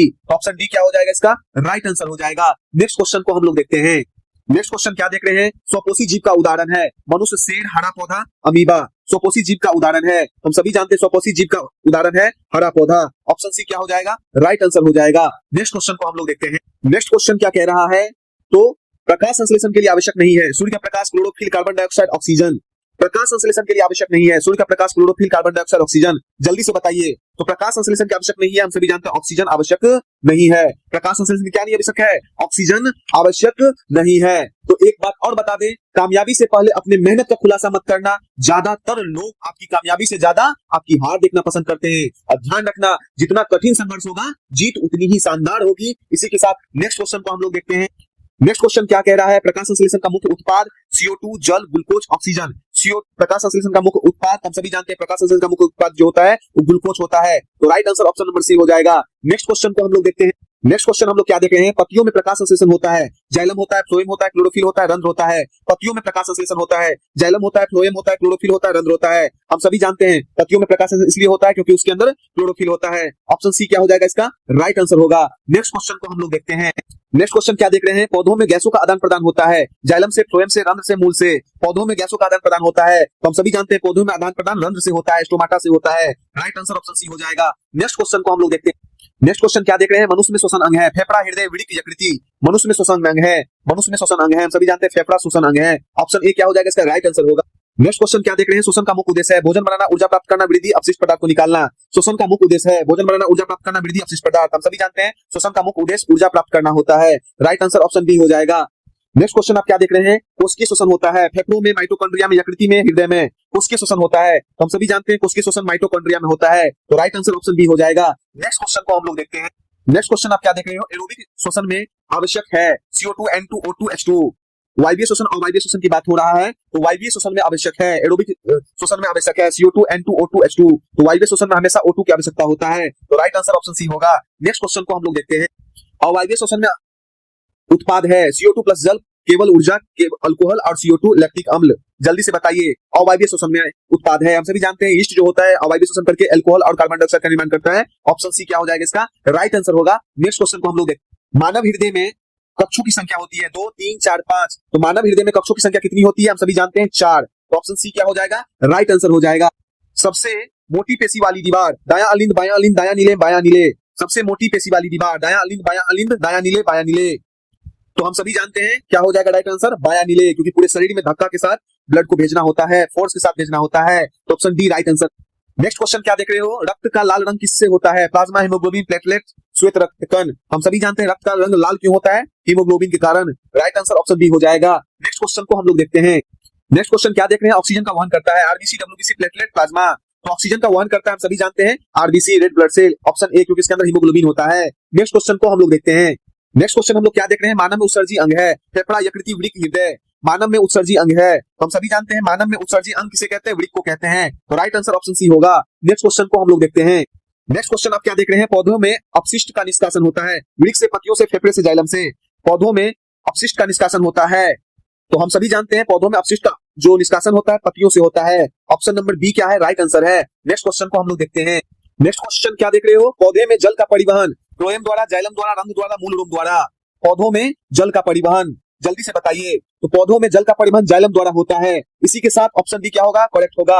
एक बात और बता देना चाहते हैं, मंजिलें भी जिद्दी है, रास्ते भी जिद्दी है, देखते हैं कल क्या होगा। हौसले भी जिद्दी है। अगर आपने 120 क्वेश्चन तक अभ्यास किया है तो लाइक ठोको, कमेंट्स बॉक्स में लिखो 120। उम्मीद करते हैं जितने स्टूडेंट्स ने 120 तक सही किया है तो 120 कमेंट्स के अंदर लिखेंगे। चलिए नेक्स्ट क्वेश्चन को हम लोग देखते हैं। नेक्स्ट क्वेश्चन आप क्या देख रहे हैं, भोजन का परिवहन पौधों में, जाइलम द्वारा, रंध्र द्वारा, फ्लोएम द्वारा, तना द्वारा। तो भोजन का परिवहन पौधे के अंदर किसके द्वारा होता है, फ्लोएम के द्वारा होता है। तो राइट आंसर ऑप्शन सी होगा। नेक्स्ट क्वेश्चन को हम लोग देखते हैं। नेक्स्ट क्वेश्चन आप क्या देख रहे हो, मानव में रक्त का तरल भाग है, आरबीसी, डब्ल्यूबीसी, प्लेटलेट, प्लाज्मा। मानव में रक्त का तरल भाग है, क्लास में मैंने बताया था प्लाज्मा। ऑप्शन डी क्या होगा, इसका राइट आंसर होगा। मानव रक्त में तरल पदार्थ प्लाज्मा होता है। नेक्स्ट क्वेश्चन को हम लोग देखते हैं। नेक्स्ट क्वेश्चन आप क्या देख रहे हो, रक्त का थक्का बनने में सहायक है, आरबीसी, डब्ल्यूबीसी, प्लेटलेट, प्लाज्मा। रक्त का थक्का बनने में सहायक है, हम सभी जानते हैं प्लेटलेट्स क्या होता है, रक्त के थक्का बनने में सहायक होता है। ऑप्शन सी राइट आंसर होगा। नेक्स्ट क्वेश्चन को हम लोग देखते हैं। नेक्स्ट क्वेश्चन क्या देख रहे हो, पौधे में श्वसन होता है, केवल रात में, केवल दिन में, दिन रात कभी नहीं। पौधों में श्वसन होता है। आइए राइट आंसर देखते हैं, दिन रात दोनों हो जाएगा। ऑप्शन सी क्या हो जाएगा, दिन रात। नेक्स्ट क्वेश्चन क्या होता है देखते हैं। नेक्स्ट क्वेश्चन आप क्या देख रहे हैं, सबसे अधिक ऊर्जा देने वाला भोजन, कार्बोहाइड्रेट, वसा, प्रोटीन, विटामिन। सबसे अधिक ऊर्जा देने वाला भोजन, तो सबसे अधिक ऊर्जा देने वाला भोजन वसा होता है, ध्यान रखिए। एग्जाम में अगर पूछा जाता है तो वसा लिख के आएंगे। तो राइट आंसर ऑप्शन बी होगा। नेक्स्ट क्वेश्चन को हम लोग देखते हैं। नेक्स्ट क्वेश्चन क्या देख रहे हैं, पाचन की शुरुआत होती है अमाशय में, छोटी आंत में, मुख में, बड़ी आंत में। राइट आंसर क्या होगा, पाचन की शुरुआत मुख में होती है। राइट आंसर ऑप्शन सी होगा। नेक्स्ट क्वेश्चन को देखते हैं। नेक्स्ट क्वेश्चन क्या देख रहे हैं, पौधों में नियंत्रण होता है, हार्मोन द्वारा, तंत्रिका द्वारा, रक्त द्वारा, हृदय द्वारा। पौधों में नियंत्रण होता है, तो हम सभी जानते हैं पौधों में नियंत्रण हार्मोन द्वारा होता है। राइट आंसर ऑप्शन ए हो जाएगा। नेक्स्ट क्वेश्चन को देखते हैं। नेक्स्ट क्वेश्चन क्या देख रहे हो, मानव में नियंत्रण प्रणाली है, केवल तंत्रिका, केवल हार्मोन, तंत्रिका व हार्मोन दोनों, रक्त। मानव में नियंत्रण प्रणाली है, नियंत्रण प्रणाली, कंट्रोल प्रणाली क्या होता है, जल्दी बताइए। तो हम सभी जानते हैं तंत्रिका और हार्मोन दोनों होता है। राइट आंसर ऑप्शन सी हो जाएगा। नेक्स्ट क्वेश्चन को देखते हैं। नेक्स्ट क्वेश्चन क्या देख रहे हो? सबसे बड़ी अंतःस्रावी ग्रंथि थायराइड, पिट्यूटरी ग्रंथि, एड्रिनल, अग्नाशय। सबसे बड़ी अंतःस्रावी ग्रंथि है, हम सभी जानते हैं सबसे बड़ी अंतःस्रावी ग्रंथि थायराइड ग्रंथि होती है। ऑप्शन ए क्या हो जाएगा? राइट आंसर हो जाएगा। नेक्स्ट क्वेश्चन को देखते हैं, क्योंकि इसका तितली कलर का गला के पास ये ग्रंथि होता है। नेक्स्ट क्वेश्चन देखते हैं। नेक्स्ट क्वेश्चन क्या देख रहे हो? पिट्यूटरी ग्रंथि कहलाती है अपात ग्रंथि, मास्टर ग्रंथि, पाचन ग्रंथि, लैंगिक ग्रंथि। तो पिट्यूटरी ग्रंथि को हम लोग क्या कहते हैं? मास्टर ग्रंथि के नाम से जानते हैं। ऑप्शन बी क्या हो जाएगा? राइट आंसर हो जाएगा। नेक्स्ट क्वेश्चन को हम लोग देखते हैं। नेक्स्ट क्वेश्चन क्या देख रहे हैं? इंसुलिन का स्राव होता है यकृति, अग्नाशय, थायराइड, एड्रिनल। हम सभी जानते हैं इंसुलिन का स्राव कहां होता है? अग्नाशय में होता है। राइट आंसर ऑप्शन बी हो जाएगा। नेक्स्ट क्वेश्चन को हम लोग देखते हैं। नेक्स्ट क्वेश्चन क्या देख रहे हैं? इंसुलिन की कमी से होता है थायराइड, मधुमेह, कैंसर, एनीमिया। तो इंसुलिन की कमी से क्या होता है? मधुमेह होता है। राइट आंसर ऑप्शन बी हो जाएगा। नेक्स्ट क्वेश्चन को हम लोग देखते हैं। नेक्स्ट क्वेश्चन क्या देख रहे हो? एड्रीनलिन कहलाता है वृद्धि हार्मोन, अपात हार्मोन, लैंगिक हार्मोन, पाचन हार्मोन। एड्रीनलिन हार्मोन कहलाता है। तो हम सभी जानते हैं एड्रीनलिन क्या कहलाता है? अपात हार्मोन कहलाता है, क्योंकि इसे 3F हार्मोन से के नाम से भी जानते हैं। एड्रिनल ग्लैंड से एड्रीनलिन हार्मोन रिलीज होता है। क्लास में इसके बारे में अच्छे से हमने समझाया था। तो राइट आंसर ऑप्शन बी हो जाएगा। नेक्स्ट क्वेश्चन को हम लोग देखते हैं। नेक्स्ट क्वेश्चन क्या है? पौधे में वृद्धि हार्मोन है oxygen, insulin, thyroxine, testosterone.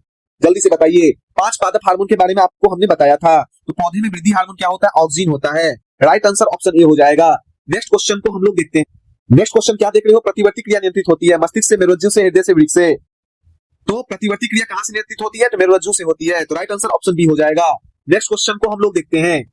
Next question हम लोग क्या देख रहे हैं? तंत्रिका कोशिका कहलाती है न्यूरॉन, डेंड्राइट, एक्सॉन, सिनेप्स। तंत्रिका कोशिका कहलाती है neuron, dendrite, axon, synapse. Control coordination chapter में आपको बताए थे हमने, तंत्रिका कोशिका कहलाती है न्यूरॉन। ऑप्शन ए जो है राइट आंसर है। तंत्रिका कोशिका का चित्र आप लोग बना के प्रैक्टिस करके जाइएगा, एग्जाम में डायग्राम 5 नंबर में पूछ देता है। नेक्स्ट क्वेश्चन को हम लोग देखते हैं। नेक्स्ट क्वेश्चन को हम लोग देखते हैं। न्यूरॉन का सबसे लंबा भाग, कोशिका द्रव, डेंड्राइट, एक्सॉन, नाभिक। न्यूरॉन का सबसे लंबा भाग, कोशिका द्रव, डेंड्राइट, एक्सॉन, नाभिक। तो हम सभी जानते हैं न्यूरॉन का सबसे लंबा भाग क्या होता है? तो डेंड्राइट होता है। सॉरी डेंड्राइट नहीं, एक्सॉन होता है, क्योंकि उसकी जो देखते हो ना पूछी जो निकला रहता है, तेल है ना, एक्सॉन क्या हो जाता है? लंबा भाग, इसे एक्सॉन कहते हैं। ठीक है, तो ऑप्शन सी क्या हो जाएगा? Right answer. यहां से फिर तंत्रिका कोशिकाएं जुड़ी होती है। तो क्लास के अंदर आपको हमने समझाया था, ये क्या हो जाता है? एक्सॉन हो जाता है। नेक्स्ट क्वेश्चन को हम लोग देखते हैं।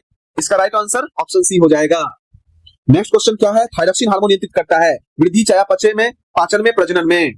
इसे मेटाबॉलिक कहते हैं। तो हम सभी जानते हैं थायरॉक्सिन हार्मोन चयापचय, मेटाबॉलिक फंक्शन को ऑपरेट करने में सहायता करता है। तो राइट आंसर ऑप्शन बी होगा। नेक्स्ट क्वेश्चन को हम लोग देखते हैं। नेक्स्ट क्वेश्चन क्या देख रहे हो? पौधों की गति होती है ट्रॉपिक, नॉस्टिक, दोनों, इनमें से कोई नहीं। तो पौधों की गति होती है दोनों, ट्रॉपिक भी होती है, नॉस्टिक भी होती है। तो सी ऑप्शन इसका राइट होगा। नेक्स्ट क्वेश्चन, अगला क्वेश्चन हम लोग देखते हैं। नेक्स्ट क्वेश्चन क्या देख रहे हो? प्रकाश के प्रति पौधों की प्रतिक्रिया, जियोट्रोपिज्म, हाइड्रोट्रोपिज्म, फोटोट्रोपिज्म, केमोट्रोपिज्म। जल्दी से बताइए। प्रकाश के प्रति पौधों की प्रतिक्रिया, तो इसका राइट आंसर क्या होगा? हम सभी जानते हैं फोटोट्रोपिज्म, क्लास में हमने बताया था। ऑप्शन सी क्या है? Right answer. अगले क्वेश्चन को हम लोग देखते हैं। नेक्स्ट क्वेश्चन, गुरुत्व के प्रति प्रतिक्रिया, फोटोट्रोपिज्म, जियोट्रोपिज्म, थिग्मोट्रोपिज्म, हाइड्रोट्रोपिज्म। हम सभी जानते हैं गुरुत्व के प्रति प्रतिक्रिया को क्या कहते हैं? जियोट्रोपिज्म कहते हैं। ऑप्शन बी क्या हो जाएगा? इसका राइट आंसर होगा। अगले क्वेश्चन को हम लोग देखते हैं।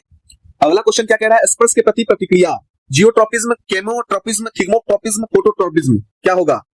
तो स्पर्श के प्रति प्रतिक्रिया, थिग्मोट्रोपिज्म। ऑप्शन सी क्या हो जाएगा? इसका राइट आंसर होगा। नेक्स्ट क्वेश्चन को हम लोग देखते हैं। नेक्स्ट क्वेश्चन क्या कह रहा है? नॉस्टिक गति का उदाहरण है तना ऊपर बढ़ना, जड़ नीचे, छूमी की पत्तियों का सिकुड़ना, सूरजमुखी घूमना। तो सभी जानते हैं छूमी की पत्ती को सिकुड़ना। ऑप्शन सी क्या होगा? इसका राइट आंसर होगा। अगले क्वेश्चन को हम लोग देखते हैं। अगला क्वेश्चन क्या कह रहा है? मानव मस्तिष्क का नियंत्रण केंद्र है सेरिब्रम, सेरिबेलम, मेडुला पोन्स। मानव मस्तिष्क का नियंत्रण केंद्र है, जल्दी से इसका आंसर कीजिए। तो हम सभी जानते हैं मानव मस्तिष्क का नियंत्रण केंद्र सेरिब्रम को कहते हैं। तो राइट आंसर ऑप्शन ए हो जाएगा। अगले क्वेश्चन को हम लोग देखते हैं। अगला क्वेश्चन, संतुलन बनाए रखता है cerebrum, cerebellum, medulla, spinal cord. संतुलन बनाए रखता है, हम सभी जानते हैं संतुलन सेरिबेलम के द्वारा बनाया रहता है। तो राइट आंसर ऑप्शन बी होगा। अगले क्वेश्चन को हम लोग देखते हैं। अगला क्वेश्चन क्या देख रहे हो? श्वसन नियंत्रित करता है सेरिब्रम, सेरिबेलम, मेडुला, पिट्यूटरी ग्रंथि। क्लास के अंदर डिटेल्स में मैंने इसको बात समझाया था। श्वसन नियंत्रित करता है, तो right answer medulla. Option C क्या है? इसका राइट आंसर। अगले क्वेश्चन को हम लोग देखते हैं। अगला क्वेश्चन आप क्या देख रहे हो? पौधों में हार्मोन का परिवहन होता है जाइलम द्वारा, फ्लोएम द्वारा, प्रसार द्वारा, रक्त द्वारा। पौधों में हार्मोन का परिवहन होता है, राइट आंसर क्या होगा? प्रसार द्वारा। ऑप्शन सी क्या हो जाएगा? इसका राइट आंसर। नेक्स्ट क्वेश्चन को हम लोग देखते हैं। नेक्स्ट क्वेश्चन क्या देख रहे हो? नाड़ी तंत्र का मूल इकाई है तंत्रिका, न्यूरॉन, मस्तिष्क, मेरुरज्जु। नाड़ी तंत्र का मूल इकाई है, तो इसका राइट आंसर क्या होगा? नाड़ी तंत्र का मूल इकाई न्यूरॉन को कहते हैं। किसको कहते हैं? तो न्यूरॉन को नाड़ी तंत्र का क्या कहते हैं? मूल इकाई। तो ऑप्शन बी क्या है, इसका राइट आंसर है। नेक्स्ट क्वेश्चन को हम लोग देखते हैं। नेक्स्ट क्वेश्चन क्या देख रहे हैं, लड़ाई या भागने की स्थिति में स्राव होता है इंसुलिन, थायरोक्सिन, एड्रेनलिन, ऑक्सीन। तो अभी आपको मैंने बताया था लड़ाई की स्थिति में एड्रेनलिन एड्रिनल ग्लैंड से रिलीज होता है। ऑप्शन सी क्या है, इसका राइट आंसर है। क्वेश्चन क्या कह रहा है, पौधों में रासायनिक संदेश वाहक हार्मोन, एंजाइम, लवण, गैस। पौधों में रासायनिक संदेश वाहक हार्मोन, एंजाइम, लवण, गैस। तो इसका राइट आंसर क्या हो जाएगा, हम सभी जानते हैं हार्मोन। तो right answer option number A. इसी के साथ आज का हमारा 150 क्वेश्चन जो है कंप्लीट हुआ। मेरा महामैराथन जो अभी हम कर रहे हैं चक्रव्यूह महामैराथन, उसका 150 क्वेश्चन समाप्त हुआ। जिंदगी को सफल बनाने के लिए बातों से नहीं रातों से लड़ना पड़ता है। जल को बर्फ में बदलने में वक्त लगता है, सूरज को निकलने में वक्त लगता है। किस्मत तो हम नहीं बदल सकते हैं भाइयों, लेकिन अपने हौसलों से किस्मत बदलने में वक्त लगता है। इंतजार करिए एग्जाम का, तैयारी करिए, कड़ी मेहनत कीजिए। 10-10 घंटा एक भी समय को बर्बाद नहीं कीजिए। देखिए जहां समय बर्बाद हो रहा है वहां अभी आप क्या करो, उतना क्वेश्चन का कवर कर सकते हो। जहां जहां समय बर्बाद हो रहा है वहां से आप हटिए। आप अपने आप को आइसोलेट कर लीजिए एग्जाम तक के लिए, है ना। एक हफ्ता को जो है 7 दिन होते हैं, उसको 21 दिन में बदल दो और अपने आप को पूरे झोंक दो, कड़ी मेहनत करो। और जब वो कड़ी मेहनत से आप एग्जाम में बैठोगे, एग्जाम में अच्छे परफॉर्मेंस करके आओगे, फिर जो आपका रिजल्ट में जो है मार्कशीट में जब अपने नंबर को देखोगे, वो जो खुशी है ना, वो खुशी कहीं नहीं मिल सकता है जीवन में, क्योंकि वो आपका मेहनत, खून, पसीना से लाया गया खुशी होगा। चलिए अगले क्वेश्चंस को देखते हैं। 150 क्वेश्चन तक जिसने प्रैक्टिस किया है जरूर 150 कमेंट्स बॉक्स में लिखना, 150 जरूर लिखना और लाइक्स को जरूर करना, कमेंट्स भी करना। 150 में कितना सही हुआ है शेयर भी करते रहो, ताकि और भी लोगों को हेल्प हो सके, और भी स्टूडेंट्स को हेल्प हो सके, लोगों को क्या स्टूडेंट्स को हेल्प हो सके। चलिए नेक्स्ट क्वेश्चन को हम लोग देखते हैं। नेक्स्ट क्वेश्चन क्या कह रहा है, मानव में समन्वय करता है हृदय, मस्तिष्क, फेफड़ा, वृक्क। मानव में समन्वय करता है, इसका राइट आंसर हो जाएगा मस्तिष्क। ऑप्शन बी क्या हो जाएगा, इसका राइट आंसर होगा। अगला क्वेश्चन को हम लोग देखते हैं। नेक्स्ट क्वेश्चन क्या कह रहा है, जनन का मुख्य उद्देश्य है। रिप्रोडक्शन मैंने आपको पढ़ाया था, जीव जनन कैसे करते हैं वो अच्छे से आपको समझाया था। ऊर्जा प्राप्ति, वृद्धि, प्रजाति की निरंतरता, भोजन। तो इसका राइट आंसर क्या हो जाएगा, प्रजाति की निरंतरता जनन का मुख्य उद्देश्य होता है। तो ऑप्शन सी क्या हो जाएगा, इसका राइट आंसर। नेक्स्ट क्वेश्चन को हम लोग देखते हैं। नेक्स्ट क्वेश्चन क्या देख रहे हो, अलैंगिक जनन का उदाहरण है। मानव, मेढक, अमीबा, पक्षी। अलैंगिक जनन का उदाहरण है, तो हम सभी जानते हैं अलैंगिक जनन का उदाहरण कौन है, अमीबा। अमीबा में द्विखंडन होता है, ध्यान रखिएगा, हमने बताया था। तो अमीबा क्या है, अलैंगिक जनन का उदाहरण है। तो राइट आंसर क्या हो जाएगा, option number C. Next question को हम लोग देखते हैं। नेक्स्ट क्वेश्चन क्या देख रहे हो, द्विखंडन पाया जाता है ईस्ट में, अमीबा में, हाइड्रा में, स्पाइरोगैरा में। तो क्लास के अंदर हमने इसको अच्छे से बताया था, आपको आता भी होगा, नोट्स के माध्यम से आपको हमने समझाया था और अच्छे से डायग्राम बना करके आपको हमने समझाया था। द्विखंडन पाया जाता है अमीबा में, क्या पाया जाता है, द्विखंडन। एक अनिश्चित है कि नहीं, इसका कोई निश्चित आधार नहीं होता है, कहीं से भी द्विखंडन कर सकता है अमीबा। नेक्स्ट क्वेश्चन को हम लोग देखते हैं। नेक्स्ट क्वेश्चन क्या देख रहे हो, बहुखंडन पाया जाता है अमीबा में, पैरामीशियम में, प्लाज्मोडियम में, हाइड्रा में। हम सभी जानते हैं बहुखंडन मल्टीपल फ्यूजन कहां होता है, प्लाज्मोडियम में होता है, मादा इन्फ्लुएंजा के लार में होता है, मस्कीटो के मच्छर के लार में होता है। राइट आंसर ऑप्शन सी होगा। नेक्स्ट क्वेश्चन को हम लोग देखते हैं। नेक्स्ट क्वेश्चन क्या देख रहे हो, कलीकरण का उदाहरण है अमीबा, हाइड्रा, प्लाज्मोडियम, मानव। कलीकरण का उदाहरण है, कलीकरण को क्या कहते हैं, बडिंग कहते हैं, मुकुलन कहते हैं। हम सभी जानते हैं कलीकरण का उदाहरण है हाइड्रा। हाइड्रा में बडिंग होता है, ईस्ट में भी बडिंग होता है। तो ऑप्शन बी क्या हो जाएगा, इसका राइट आंसर हो जाएगा। नेक्स्ट क्वेश्चन को हम लोग देखते हैं। नेक्स्ट क्वेश्चन क्या देख रहे हैं, लैंगिक जनन में बनता है समान संतति, भिन्न संतति, क्लोन, कोई नहीं। लैंगिक जनन में बनता है, हम सभी जानते हैं लैंगिक जनन में क्या होता है, विविधता आता है, भिन्न संतति होता है। तो ऑप्शन बी क्या हो जाएगा, राइट आंसर हो जाएगा। और लैंगिक जनन में समान संतति होता है, तो यहाँ पे राइट आंसर ऑप्शन बी होगा। उम्मीद करते हैं आप सभी ने भी ऑप्शन बी दिया है। अगले क्वेश्चन को हम लोग देखते हैं। अगला क्वेश्चन आप क्या देख रहे हो, मानव में नर जनन अंग है, अंडाशय, गर्भाशय, वृषण, फैलोपियन नलिका। मानव में नर जनन अंग है, तो हम सभी जानते हैं मानव में नर जनन अंग वृषण को कहते हैं।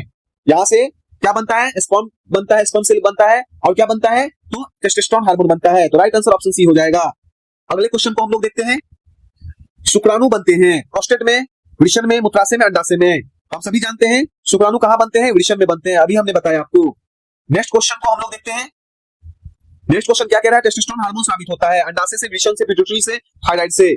राइट आंसर क्या हो जाएगा, टेस्टोस्टेरोन हार्मोन स्रावित होता है वृषण से। ऑप्शन बी क्या हो जाएगा, इसका राइट आंसर। अगले क्वेश्चन को हम लोग देखते हैं।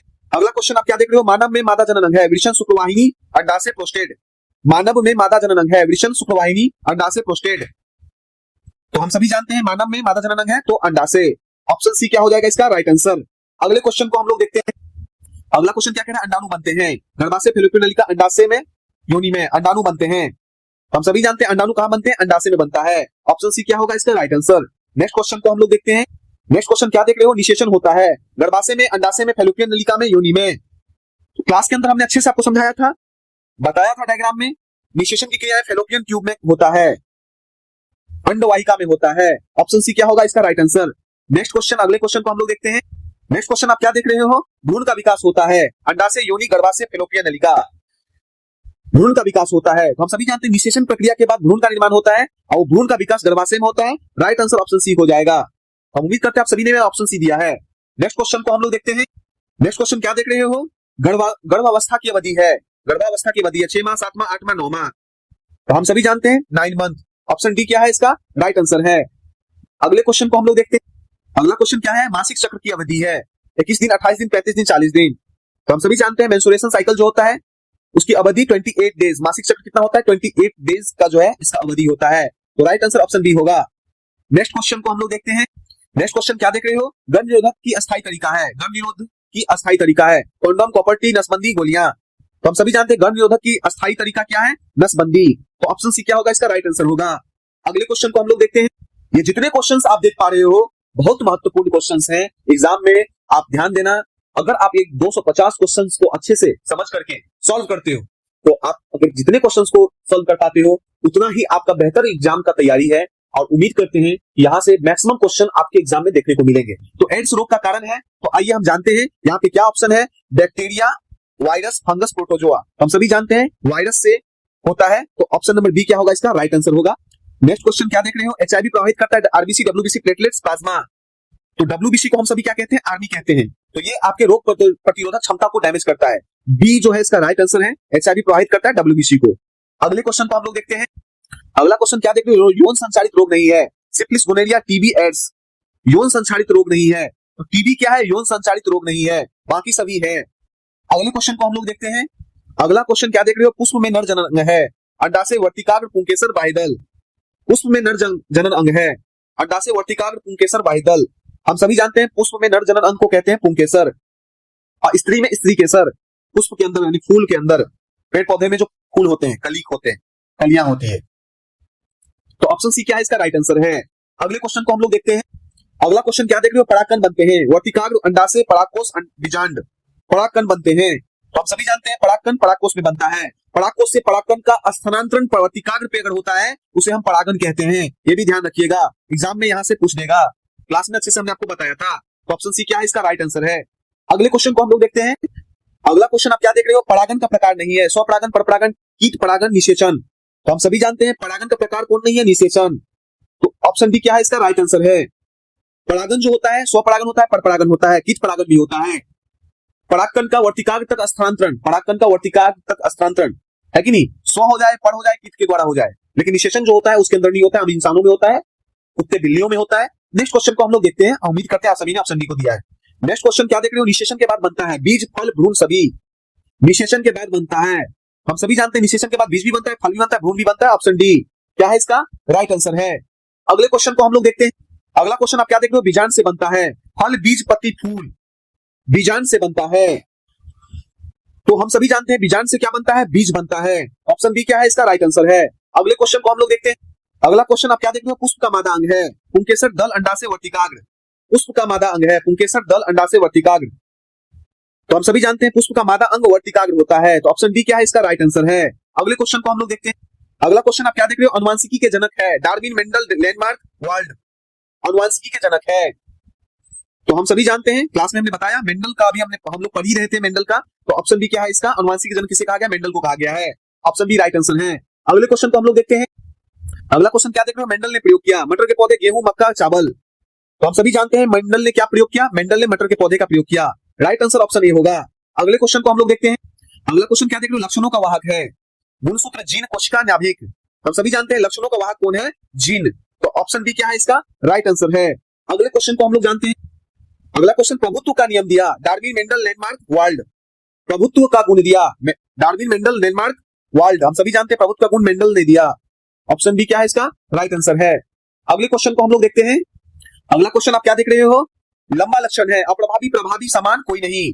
हम आपको बताए थे ना, बड़ा वाई, बड़ा टी, तो बड़ा जो होगा वो क्या होगा, प्रभावी का होगा लक्षण। तो यहाँ पे लंबा का लक्षण है प्रभावी का, तो बी क्या है इसका राइट आंसर है। अनुवांशिकी एवं जैव विकास के सारे क्वेश्चन है। अगले क्वेश्चन को हम लोग देखते हैं।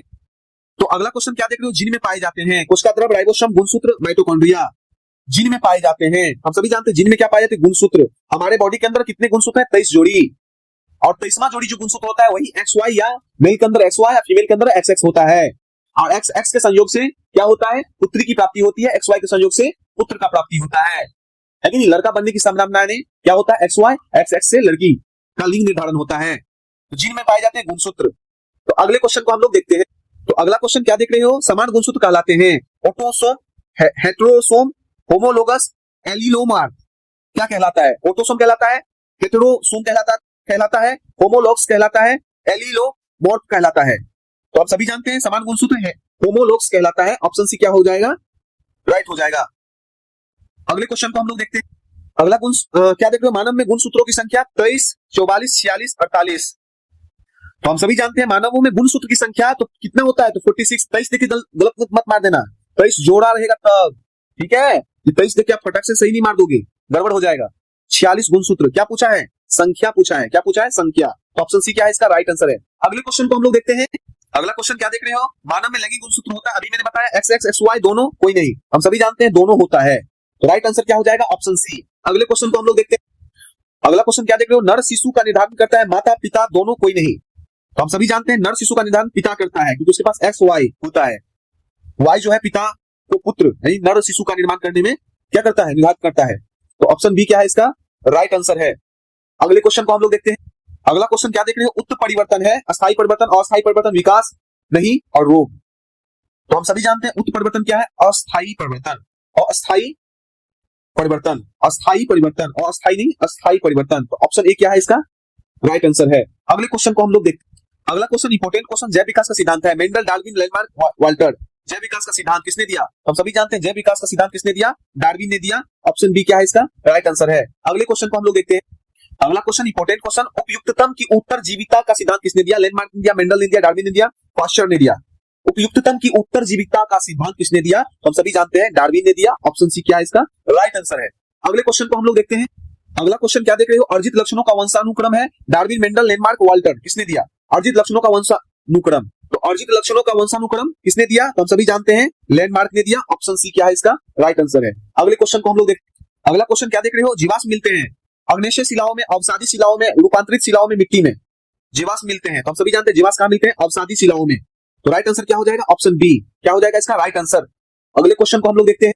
अगला क्वेश्चन आप क्या देख रहे हैं, समान पूर्वज दर्शाते हैं, समजात अंग, समरूप अंग, अवशेष अंग, कृत्रिम अंग। समान पूर्वज दर्शाते हैं, तो समान पूर्वज क्या दर्शाते हैं, समजात अंग। याद रखिएगा एग्जाम में बहुत बार पूछा जाता है, समान पूर्वज दर्शाते हैं, तो समान पूर्वज दर्शाते हैं समजात अंग।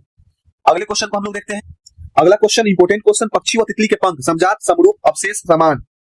पक्षी व तितली के पंख होते हैं, हम सभी जानते हैं समरूप होते हैं। तो ऑप्शन बी क्या है, इसका राइट आंसर है। अगले क्वेश्चन को हम लोग देखते हैं। अगला क्वेश्चन क्या देख रहे हो, मानव में अवशेष अंग है, हृदय, फेफड़ा, अपेंडिक्स, यकृति। तो क्लास के अंदर हमने आपको पढ़ाया था, अच्छे से बता रहा था, जब हमको डाइजेस्टिव सिस्टम, पाचन तंत्र पढ़ा रहे थे, हमने बताया था अपेंडिक्स जो होता है वो अवशेष अंग होता है, इसका हमारे शरीर में कोई काम नहीं होता है।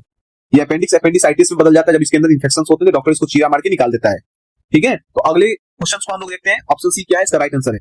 अगला क्वेश्चन क्या देख रहे हो, विकास की इकाई है, जीन, प्रजाति, जनसंख्या, जीव। हम सभी जानते हैं विकास की इकाई है जनसंख्या। ऑप्शन सी क्या है, इसका राइट आंसर है। अगला क्वेश्चन क्या देख रहे हो, वंशागति होती है, वातावरण से, जीन से, भोजन से, जल से। तो वंशागति होती है, हम सभी जानते हैं जीन से वंशागति होती है, याद रखें एग्जाम में अगर आता है तो आप इसको सही से आंसर करना। अगला क्वेश्चन क्या देख रहे हो, डीएनए की संरचना बताई, मेंडल ने, वाटसन, क्रिक ने, डार्विन ने, लैंडमार्क ने।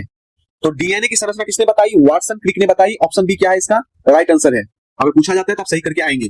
अगले क्वेश्चन को हम लोग अगला क्वेश्चन क्या देख रहे हो, जैव विकास होता है, एक पीढ़ी में, दो पीढ़ी में, कई पीढ़ी में, तुरंत। हम सभी जानते हैं जैव विकास कहां होता है, कई पीढ़ियों में होता है। ऑप्शन सी क्या है, इसका राइट आंसर है। अगले क्वेश्चन को हम लोग देखते हैं। अगला क्वेश्चन आप क्या देख रहे हो, अनुवांशिकी विविधता कारण है, अलैंगिक जनन, क्लोनिंग, लैंगिक जनन, स्थिरता। तो सिंपल सी अभी आपको बताया था, अनुवांशिकता कारण है लैंगिक जनन। तो ऑप्शन सी क्या है, राइट आंसर है। अगले क्वेश्चन को हम लोग देखते हैं। पर्यावरण के अनुसार परिवर्तन कहलाता है अनुकूलन, परिवर्तन, वंशागति, चयन। पर्यावरण के अनुसार परिवर्तन कहलाता है अनुकूलन, उत्परिवर्तन, वंशागति, चयन। क्या कहलाता है, जल्दी बताइए। इसी के साथ जल्दी से बताइए, 200 क्वेश्चन हमारा आज का कंप्लीट हुआ। तो इसका राइट आंसर क्या होगा, अनुकूलन। राइट आंसर क्या होगा, अनुकूलन। इसी के साथ इस चक्रव्यूह मैराथन का 250 क्वेश्चन के सीरीज में 200 क्वेश्चन कंप्लीट हो चुके हैं। तो हम सभी जानते हैं, अगर तुम्हें सफल होना है, क्या कह रहा हूं मैं, अगर तुम्हें सफल होना है तो तुम्हें सोचने से ज्यादा पढ़ने की आवश्यकता होगी। विनर वो होता है जो बार बार हारने के बाद एक बार और प्रयास करता है। कौन कहता है कामयाबी किस्मत तय करती है, इरादों में दम हो तो मंजिलें भी झुका करती है। याद रखिए, 200 क्वेश्चंस ने आप जितने सही किए हैं कमेंट्स बॉक्स में जरूर लिखें। कमेंट्स बॉक्स में जरूर लिखना, अपना नाम लिखना, 200 में जितना सही किए हो वो जरूर लिखना, ठीक है। तो हम उम्मीद करते हैं आपका 200 में 200, देखते हैं कि कितने को सही होता है। अब बचा है 50 क्वेश्चन, तो 50 क्वेश्चन के सीरीज में चलिए, अब 200 तो कंप्लीट हो गया, 50 है, 50 क्वेश्चंस को और देखते हैं। इसी के साथ हमारा चक्रव्यूह मैराथन समाप्त होता है। और एग्जाम के लिए आप 250 क्वेश्चन आपकी क्या अहमियत होगी, तो एग्जाम में जब जाओगे तो आपको समझ में आ जाएगा। चलिए अगले क्वेश्चन को हम लोग देखते हैं। ये क्वेश्चन क्या कह रहा है, विकास प्रमाण नहीं है जीवाश्म का, समजात अंक का, समरूप अंक का, रक्त समूह का। विकास प्रमाण नहीं है, जल्दी से इसका आंसर कीजिए। हम सभी जानते हैं विकास प्रमाण नहीं है रक्त समूह का, ऑप्शन डी क्या होगा इसका राइट आंसर होगा। अगले क्वेश्चन को हम लोग देखते हैं। अगला क्वेश्चन आप क्या देख रहे हो, पर्यावरण के जैव घटक है जल, वायु, पौधे व प्राणी, मिट्टी। पर्यावरण के जैव घटक हैं, जल्दी से इसका आंसर कीजिए। तो हम सभी जानते हैं पौधे व प्राणी पर्यावरण के जैव घटक हैं, ठीक है। तो ऑप्शन सी क्या है, ऑप्शन सी है इसका राइट आंसर। अगले क्वेश्चन को हम लोग देखते हैं। अगला क्वेश्चन क्या देख रहे हो, पारिस्थितिकी तंत्र में ऊर्जा का स्रोत है चंद्रमा, सूर्य, जल, मिट्टी। पारिस्थितिकी तंत्र में ऊर्जा का स्रोत है, तो हम सभी जानते हैं पारिस्थितिकी तंत्र में ऊर्जा का स्रोत सूर्य है। तो ऑप्शन बी क्या है इसका राइट आंसर है। ऑप्शन बी क्या हो जाएगा इसका राइट आंसर हो जाएगा। अगले क्वेश्चन को हम लोग देखते हैं। अगला क्वेश्चन आप क्या देख रहे हो, भोजन श्रृंखला की शुरुआत होती है तो उपभोक्ता से, अपघटक से, उत्पादक से, परजीवी से। तो भोजन श्रृंखला की शुरुआत कहां से होती है, तो आइए राइट आंसर देखते हैं, उत्पादक से भोजन श्रृंखला की शुरुआत होती है। अगले क्वेश्चन को हम लोग देखते हैं। अगला क्वेश्चन 205 नंबर क्वेश्चन क्या देख रहे हो, घास, हिरन, शेर यह है। खाद्य जाल, खाद्य श्रृंखला, ऊर्जा चक्र, नाइट्रोजन चक्र। जल्दी बताइए। तो घास, हिरन, शेर यह है, खाद्य श्रृंखला है, क्या है खाद्य श्रृंखला। तो ऑप्शन बी क्या है इसका राइट आंसर है। अगले क्वेश्चन को हम लोग देखते हैं। अगला क्वेश्चन क्या देख रहे हो, 10% ऊर्जा का नियम दिया डार्विन ने, लिंडेमैन ने, लैंडमार्क ने, मेंडल ने। तो 10% ऊर्जा का नियम लिंडेमैन ने दिया, ऑप्शन बी क्या है इसका राइट आंसर है। अगले क्वेश्चन को हम लोग देखते हैं। नेक्स्ट क्वेश्चन क्या देख रहे हो, अपघटक का उदाहरण है शेर, हिरन, बैक्टीरिया, घास। अपघटक का उदाहरण है, हम आपको क्लास में बताया था अपघटक का उदाहरण कौन होता है, बैक्टीरिया होता है। तो राइट आंसर क्या हो जाएगा ऑप्शन सी। अगले क्वेश्चन को हम लोग अगला क्वेश्चन क्या देख रहे हो, ओजोन परत का कार्य है वर्षा कराना, ताप बढ़ाना, यूवी किरणों से रक्षा, CO2 बढ़ाना। तो ओजोन परत का क्या कार्य है, यूवी किरण से रक्षा। तो ऑप्शन सी क्या हो जाएगा इसका राइट आंसर हो जाएगा। अगले क्वेश्चन को हम लोग देखते हैं। अगला क्वेश्चन क्या देख रहे हो, ओजोन परत को क्षति पहुंचाती है CO2, SO2, CFCO2। ओजोन परत को क्षति पहुंचाती है, हम सभी जानते हैं ओजोन परत को क्षति CFC, क्लोरोफ्लोरोकार्बन पहुंचाती है। ऑप्शन सी क्या हो जाएगा इसका राइट आंसर। अगले क्वेश्चन को हम लोग देखते हैं। अगला क्वेश्चन आप क्या देख रहे हो, जैव निम्नीकरणीय अपशिष्ट है प्लास्टिक, कांच, पॉलिथीन, सब्जी के छिलके। जैव निम्नीकरण की करणीय अपशिष्ट है, हम सभी जानते हैं जैव निम्नीकरणीय अपशिष्ट कौन है, सब्जी के छिलके। तो ऑप्शन डी क्या हो जाएगा इसका राइट आंसर होगा। अगले क्वेश्चन को हम लोग देखते हैं। अजैव निम्नीकरणीय अपशिष्ट है कागज, लकड़ी, प्लास्टिक, पत्तियां। तो अजैव निम्नीकरणीय अपशिष्ट कौन होगा, तो प्लास्टिक होगा। तो ऑप्शन सी क्या है इसका राइट आंसर है। नेक्स्ट क्वेश्चन क्या है, जैव आवर्धन होता है जल में, मिट्टी में, खाद्य श्रृंखला में, वायु में। जैव आवर्धन कहां होता है, हम सभी जानते हैं खाद्य श्रृंखला में होता है। ऑप्शन सी क्या है इसका राइट आंसर है। नेक्स्ट क्वेश्चन को हम लोग देखते हैं। अगला क्वेश्चन क्या देख रहे हो, पर्यावरण संरक्षण का सिद्धांत है उपयोग करो, कम करो, पुनः उपयोग, पुनः चक्रण, फेंको, जला दो। तो पर्यावरण संरक्षण का सिद्धांत क्या होगा, कम करो, पुनः उपयोग, पुनः चक्रण। ऑप्शन बी क्या है इसका राइट आंसर है। ऑप्शन बी क्या हो जाएगा इसका करेक्ट आंसर होगा। नेक्स्ट क्वेश्चन को हम लोग देखते हैं। नेक्स्ट क्वेश्चन क्या देख रहे हो, प्राकृतिक संसाधन नहीं है जल, कोयला, पेट्रोलियम, प्लास्टिक। तो हम सभी जानते हैं प्राकृतिक संसाधन की अगर बात है तो जल भी है, कोयला भी, पेट्रोल भी है, प्लास्टिक नहीं है। तो ऑप्शन डी क्या है इसका राइट आंसर है। प्राकृतिक संसाधन कौन नहीं है, तो प्लास्टिक नहीं है। नेक्स्ट क्वेश्चन क्या है, अक्षय संसाधन है कोयला, पेट्रोलियम, सूर्य ऊर्जा, प्राकृतिक गैस। अक्षय जो कभी समाप्त न हो, तो अक्षय संसाधन कौन है, सूर्य का प्रकाश। ऑप्शन सी क्या है राइट आंसर है। नेक्स्ट क्वेश्चन क्या है, जीव मंडल में शामिल नहीं है वायुमंडल, जलमंडल, स्थलमंडल, चंद्रमंडल। बहुत ही आसान क्वेश्चन, जीव मंडल में शामिल नहीं है चंद्रमंडल। तो ऑप्शन डी क्या है राइट आंसर है। नेक्स्ट क्वेश्चन क्या है, जल चक्र में शामिल नहीं है वाष्पीकरण, संघनन, वर्षण, दहन। तो हम सभी जानते हैं जल चक्र में शामिल नहीं है दहन, बाकी सब है। ऑप्शन डी जो है राइट आंसर है। नेक्स्ट क्वेश्चन को देख। नेक्स्ट क्वेश्चन क्या कह रहा है, नाइट्रोजन चक्र में सहायक है कवक, शैवाल, बैक्टीरिया, प्रोटोजोआ। तो नाइट्रोजन चक्र में बैक्टीरिया क्या है, सहायक है, डिकम्पोजिशन में ये काम करता है। ऑप्शन सी क्या है राइट है। अगला क्वेश्चन क्या है, खाद्य जाल है एक श्रृंखला, अनेक श्रृंखलाओं का जाल, ऊर्जा चक्र, अपघटन। तो खाद्य जाल है अनेक श्रृंखलाओं का जाल। ऑप्शन बी क्या है राइट आंसर है। नेक्स्ट क्वेश्चन को देखते हैं। नेक्स्ट क्वेश्चन क्या है, प्रदूषण का मुख्य कारण है पौधे, मानव क्रियाएं, वर्षा, ज्वालामुखी। तो पौधे का प्रदूषण का मुख्य कारण क्या है, हम सभी जानते हैं मानव क्रियाएं। ऑप्शन बी क्या है इसका राइट आंसर है। नेक्स्ट क्वेश्चन क्या देख रहे हो, हरित गृह प्रभाव से बढ़ता है वर्षा, तापमान, ओजोन, ऑक्सीजन। हरित गृह प्रभाव से बढ़ता है, तो हरित गृह प्रभाव से क्या बढ़ता है, तापमान बढ़ता है। तो ऑप्शन बी क्या है इसका राइट आंसर है। नेक्स्ट क्वेश्चन क्या है, ऊर्जा की एसआई इकाई है जूल, वाट, कैलोरी, न्यूटन। ऊर्जा की एसआई इकाई है, तो हम सभी जानते हैं ऊर्जा की एसआई इकाई क्या है, जूल है। ऑप्शन ए क्या है इसका राइट आंसर है। अगला क्वेश्चन क्या कह रहा है, शक्ति की एसआई इकाई है जूल, वाट, न्यूटन, वोल्ट। तो हम सभी जानते हैं शक्ति की एसआई इकाई वाट को कहा जाता है। ऑप्शन बी है क्या है राइट आंसर है। नेक्स्ट क्वेश्चन क्या है? नवीकरणीय ऊर्जा का स्रोत है कोयला, पेट्रोलियम, पवन ऊर्जा, प्राकृतिक गैस। हम सभी जानते हैं नवीकरणीय ऊर्जा का स्रोत कौन है? पवन। ऑप्शन सी क्या है? पवन ऊर्जा, राइट आंसर है। नेक्स्ट क्वेश्चन क्या है? विद्युत धारा की एसआई इकाई है वोल्ट, ओम, एम्पियर, वाट। तो हम सभी जानते हैं विद्युत धारा की एसआई इकाई किसे कहते हैं? एम्पियर को। ऑप्शन सी क्या है? राइट आंसर है। नेक्स्ट क्वेश्चन क्या देख रहे हो? 226 नंबर का क्वेश्चन जो है, ओम का नियम V समानुपाती I, I समानुपाती R, V समानुपाती R, P समानुपाती I, क्या होगा इसका राइट आंसर? तो हम सभी जानते हैं इसका राइट आंसर हो जाएगा V समानुपाती I। राइट आंसर क्या हो जाएगा? V समानुपाती I। तो ऑप्शन नंबर ए क्या है इसका राइट आंसर हो जाएगा। तो क्लास के अंदर आपको हमने अच्छे से इसके बारे में समझाया था, ओम के नियम, इसके शॉर्ट तरीके भी आपको हमने समझाया था, डिटेल्स में समझाया था, आपको याद होगा। नेक्स्ट क्वेश्चन को हम लोग नेक्स्ट क्वेश्चन आप देख पा रहे हो। नेक्स्ट क्वेश्चन क्या कह रहा है? प्रतिरोध की एसआई इकाई है एम्पियर, वोल्ट, ओम, वाट। प्रतिरोध की एसआई इकाई है, हम सभी जानते हैं प्रतिरोध की एसआई इकाई किसे कहते हैं? ओम को। ऑप्शन सी क्या हो जाएगा इसका करेक्ट आंसर हो जाएगा। नेक्स्ट क्वेश्चन को हम लोग देखते हैं। नेक्स्ट क्वेश्चन क्या देख रहे हो? विद्युत शक्ति का सूत्र है V गुने I, I बट्टा R, V बट्टा R, I squared by R। क्या है जल्दी से बताइए। तो विद्युत शक्ति का क्या हो जाएगा? V गुने R, I। तो ऑप्शन ए क्या है इसका राइट आंसर है। नेक्स्ट क्वेश्चन को हम लोग देखते हैं। नेक्स्ट क्वेश्चन क्या देख रहे हो? घरेलू विद्युत परिपथ में उपकरण है, श्रृंखलाओं में, समांतर में, मिश्रित में, एकल में। घरेलू विद्युत परिपथ में उपकरण है, तो हम सभी जानते हैं समांतर में, है ना। तो ऑप्शन बी, समांतर क्रम में जुड़े होते हैं। तो ऑप्शन बी क्या है? राइट आंसर है। ये क्वेश्चन क्या कह रहा है? फ्यूज का कार्य होता है धारा बढ़ाना, सुरक्षा, शक्ति बढ़ाना, प्रतिरोध घटाना। हम सभी जानते हैं फ्यूज का कार्य क्या होता है? सुरक्षा, ठीक है। नेक्स्ट क्वेश्चन को हम लोग देखते हैं। नेक्स्ट क्वेश्चन क्या देख रहे हो? चुंबक के समान ध्रुव आकर्षित, विकर्षित, स्थिर, नष्ट। चुंबक के समान ध्रुव होते हैं, हम सभी जानते हैं चुंबक के समान ध्रुव क्या होते हैं? विकर्षित होते हैं। ऑप्शन बी क्या हो जाएगा? राइट आंसर है। नेक्स्ट क्वेश्चन को हम लोग देखते हैं। क्या कह रहा है? पृथ्वी है विद्युत क्षेत्र, चुंबकीय क्षेत्र, गुरुत्वीय क्षेत्र सभी। तो पृथ्वी है तो विद्युत क्षेत्र भी है, चुंबकीय क्षेत्र भी है, गुरुत्वीय क्षेत्र है। ऑप्शन डी है सभी है, तो इसका राइट आंसर क्या होगा? सभी। अगले क्वेश्चन को हम लोग देखते हैं। अगला क्वेश्चन क्या है? विद्युत मोटर आधारित है, ओम के नियम, विद्युत चुंबकीय प्रेरण, फ्लेमिंग का वाम हस्त नियम, दाहिने हाथ नियम, हाथ नियम। तो विद्युत मोटर आधारित है, तो जल्दी से इसका आंसर करिए। विद्युत मोटर आधारित है, ओम के नियम, विद्युत चुंबकीय प्रेरण, फ्लेमिंग का बायां हाथ नियम और दाहिना हाथ नियम। जल्दी से बताइए। तो इसका राइट आंसर क्या हो जाएगा? फ्लेमिंग का बायां हाथ नियम, वाम हस्त नियम। तो ऑप्शन सी क्या है इसका राइट आंसर है। हम उम्मीद करते हैं आप सभी ने ऑप्शन सी दिया है। अगले क्वेश्चन को हम लोग देखते हैं। जनरेटर आधारित है, फ्लेमिंग के बायां हाथ नियम, फ्लेमिंग के दाहिने हाथ नियम, ओम के नियम, जूल का नियम। तो जनरेटर आधारित है, हम सभी जानते हैं फ्लेमिंग के दाहिने हाथ के नियम पे जनरेटर आधारित है। नेक्स्ट क्वेश्चन को हम लोग देखते हैं। क्या देख रहे हो? विद्युत चुंबक बनता है तांबा, लोहा, इस्पात, एल्युमिनियम। विद्युत चुंबक बनता है, तो हम सभी जानते हैं विद्युत चुंबक बनता है किससे? तो लोहा से। ऑप्शन बी क्या है इसका राइट आंसर है। अगले क्वेश्चन को हम लोग देखते हैं। अगला क्वेश्चन क्या देख रहे हो? अस्थायी चुंबक के लिए नरम लोहा, इस्पात, तांबा, एल्युमिनियम। तो अस्थायी चुंबक के लिए क्या होता है? इस्पात का उपयोग होता है, ठीक है। तो ऑप्शन बी क्या है इसका राइट आंसर है। अगले क्वेश्चन को हम लोग देखते हैं। अगला क्वेश्चन क्या देख रहे हो? आंख का रंगीन भाग है, रेटिना, पुतली, आइरिस, कर्निया। आंख का रंगीन भाग है, जल्दी से बताइए। तो हम सभी जानते हैं आंख का रंगीन भाग को आइरिस कहते हैं। ऑप्शन सी क्या है इसका राइट आंसर है। अगले क्वेश्चन को हम लोग देखते हैं। अगला क्वेश्चन क्या देख रहे हो? आंखों में प्रतिबिंब बनता है, लेंस, पुतली, रेटिना, कर्निया। आंखों में प्रतिबिंब बनता है। हम उम्मीद करते हैं आप सभी ने सही आंसर दे दिया होगा। आंखों में प्रतिबिंब बनता है, कहां बनता है? जल्दी से बताइए। तो हम सभी जानते हैं रेटिना। ऑप्शन सी क्या है इसका राइट आंसर है। नेक्स्ट क्वेश्चन को हम लोग देखते हैं। अगला क्वेश्चन क्या है? निकट दृष्टि दोष, हाइपरमेट्रोपिया, मायोपिया, प्रेसबायोपिया, एस्टिग्मैटिज्म। क्या है जल्दी से बताइए। तो निकट दृष्टि दोष क्या है? मायोपिया। तो ऑप्शन बी क्या है इसका राइट आंसर है।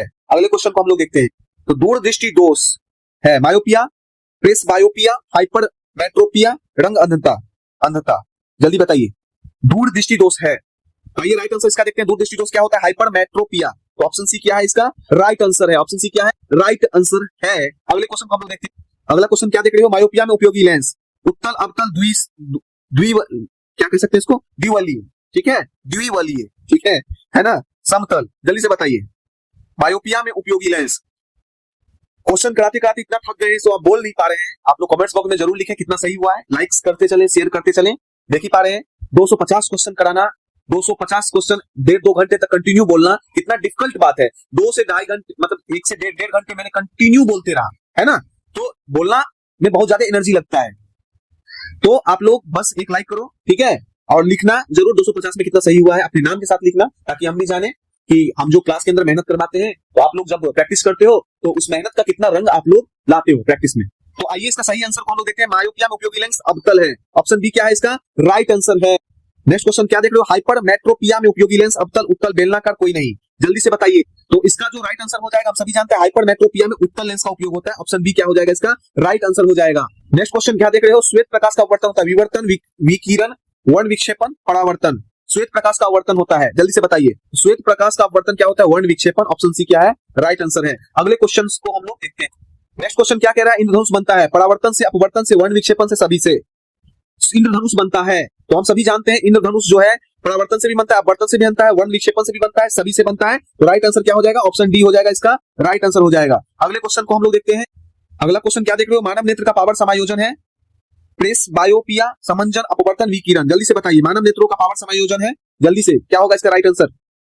तो मानव नेत्र में पावर समायोजन क्या होता है? समंजन होता है। ऑप्शन बी क्या है इसका राइट आंसर है। अगले क्वेश्चन को हम लोग देखते हैं। अगला क्वेश्चन क्या देख रहे हो? ब्रह्मांड का अध्ययन, जीव विज्ञान, भूगोल, खगोल विज्ञान, भौतिक। तो ब्रह्मांड का अध्ययन हम सभी जानते हैं खगोल विज्ञान कहलाता है। ऑप्शन सी क्या है इसका राइट आंसर है। अगला क्वेश्चन क्या देख रहे हो? सूर्य है, ग्रह, उपग्रह, तारा, धूमकेतु। तो हम सभी जानते हैं सूर्य क्या है? ग्रह नहीं है, उपग्रह नहीं है, तारा नहीं है, धूमकेतु क्या होगा? जल्दी बताओ। तो हम सभी जानते हैं क्या है? अरे तारा में लग गया। तो क्या है? तारा। सूर्य क्या है? तारा है। तो ऑप्शन सी क्या है इसका राइट आंसर है। नेक्स्ट क्वेश्चन को हम लोग देखते हैं। अगला क्वेश्चन क्या देख रहे हो? सौरमंडल का सबसे बड़ा ग्रह, पृथ्वी, मंगल, बृहस्पति, शनि। तो हम सभी जानते हैं सौरमंडल का सबसे बड़ा ग्रह बृहस्पति। ऑप्शन सी क्या है इसका राइट आंसर है। नेक्स्ट क्वेश्चन को हम लोग देखते हैं। नेक्स्ट क्वेश्चन क्या देख रहे हो?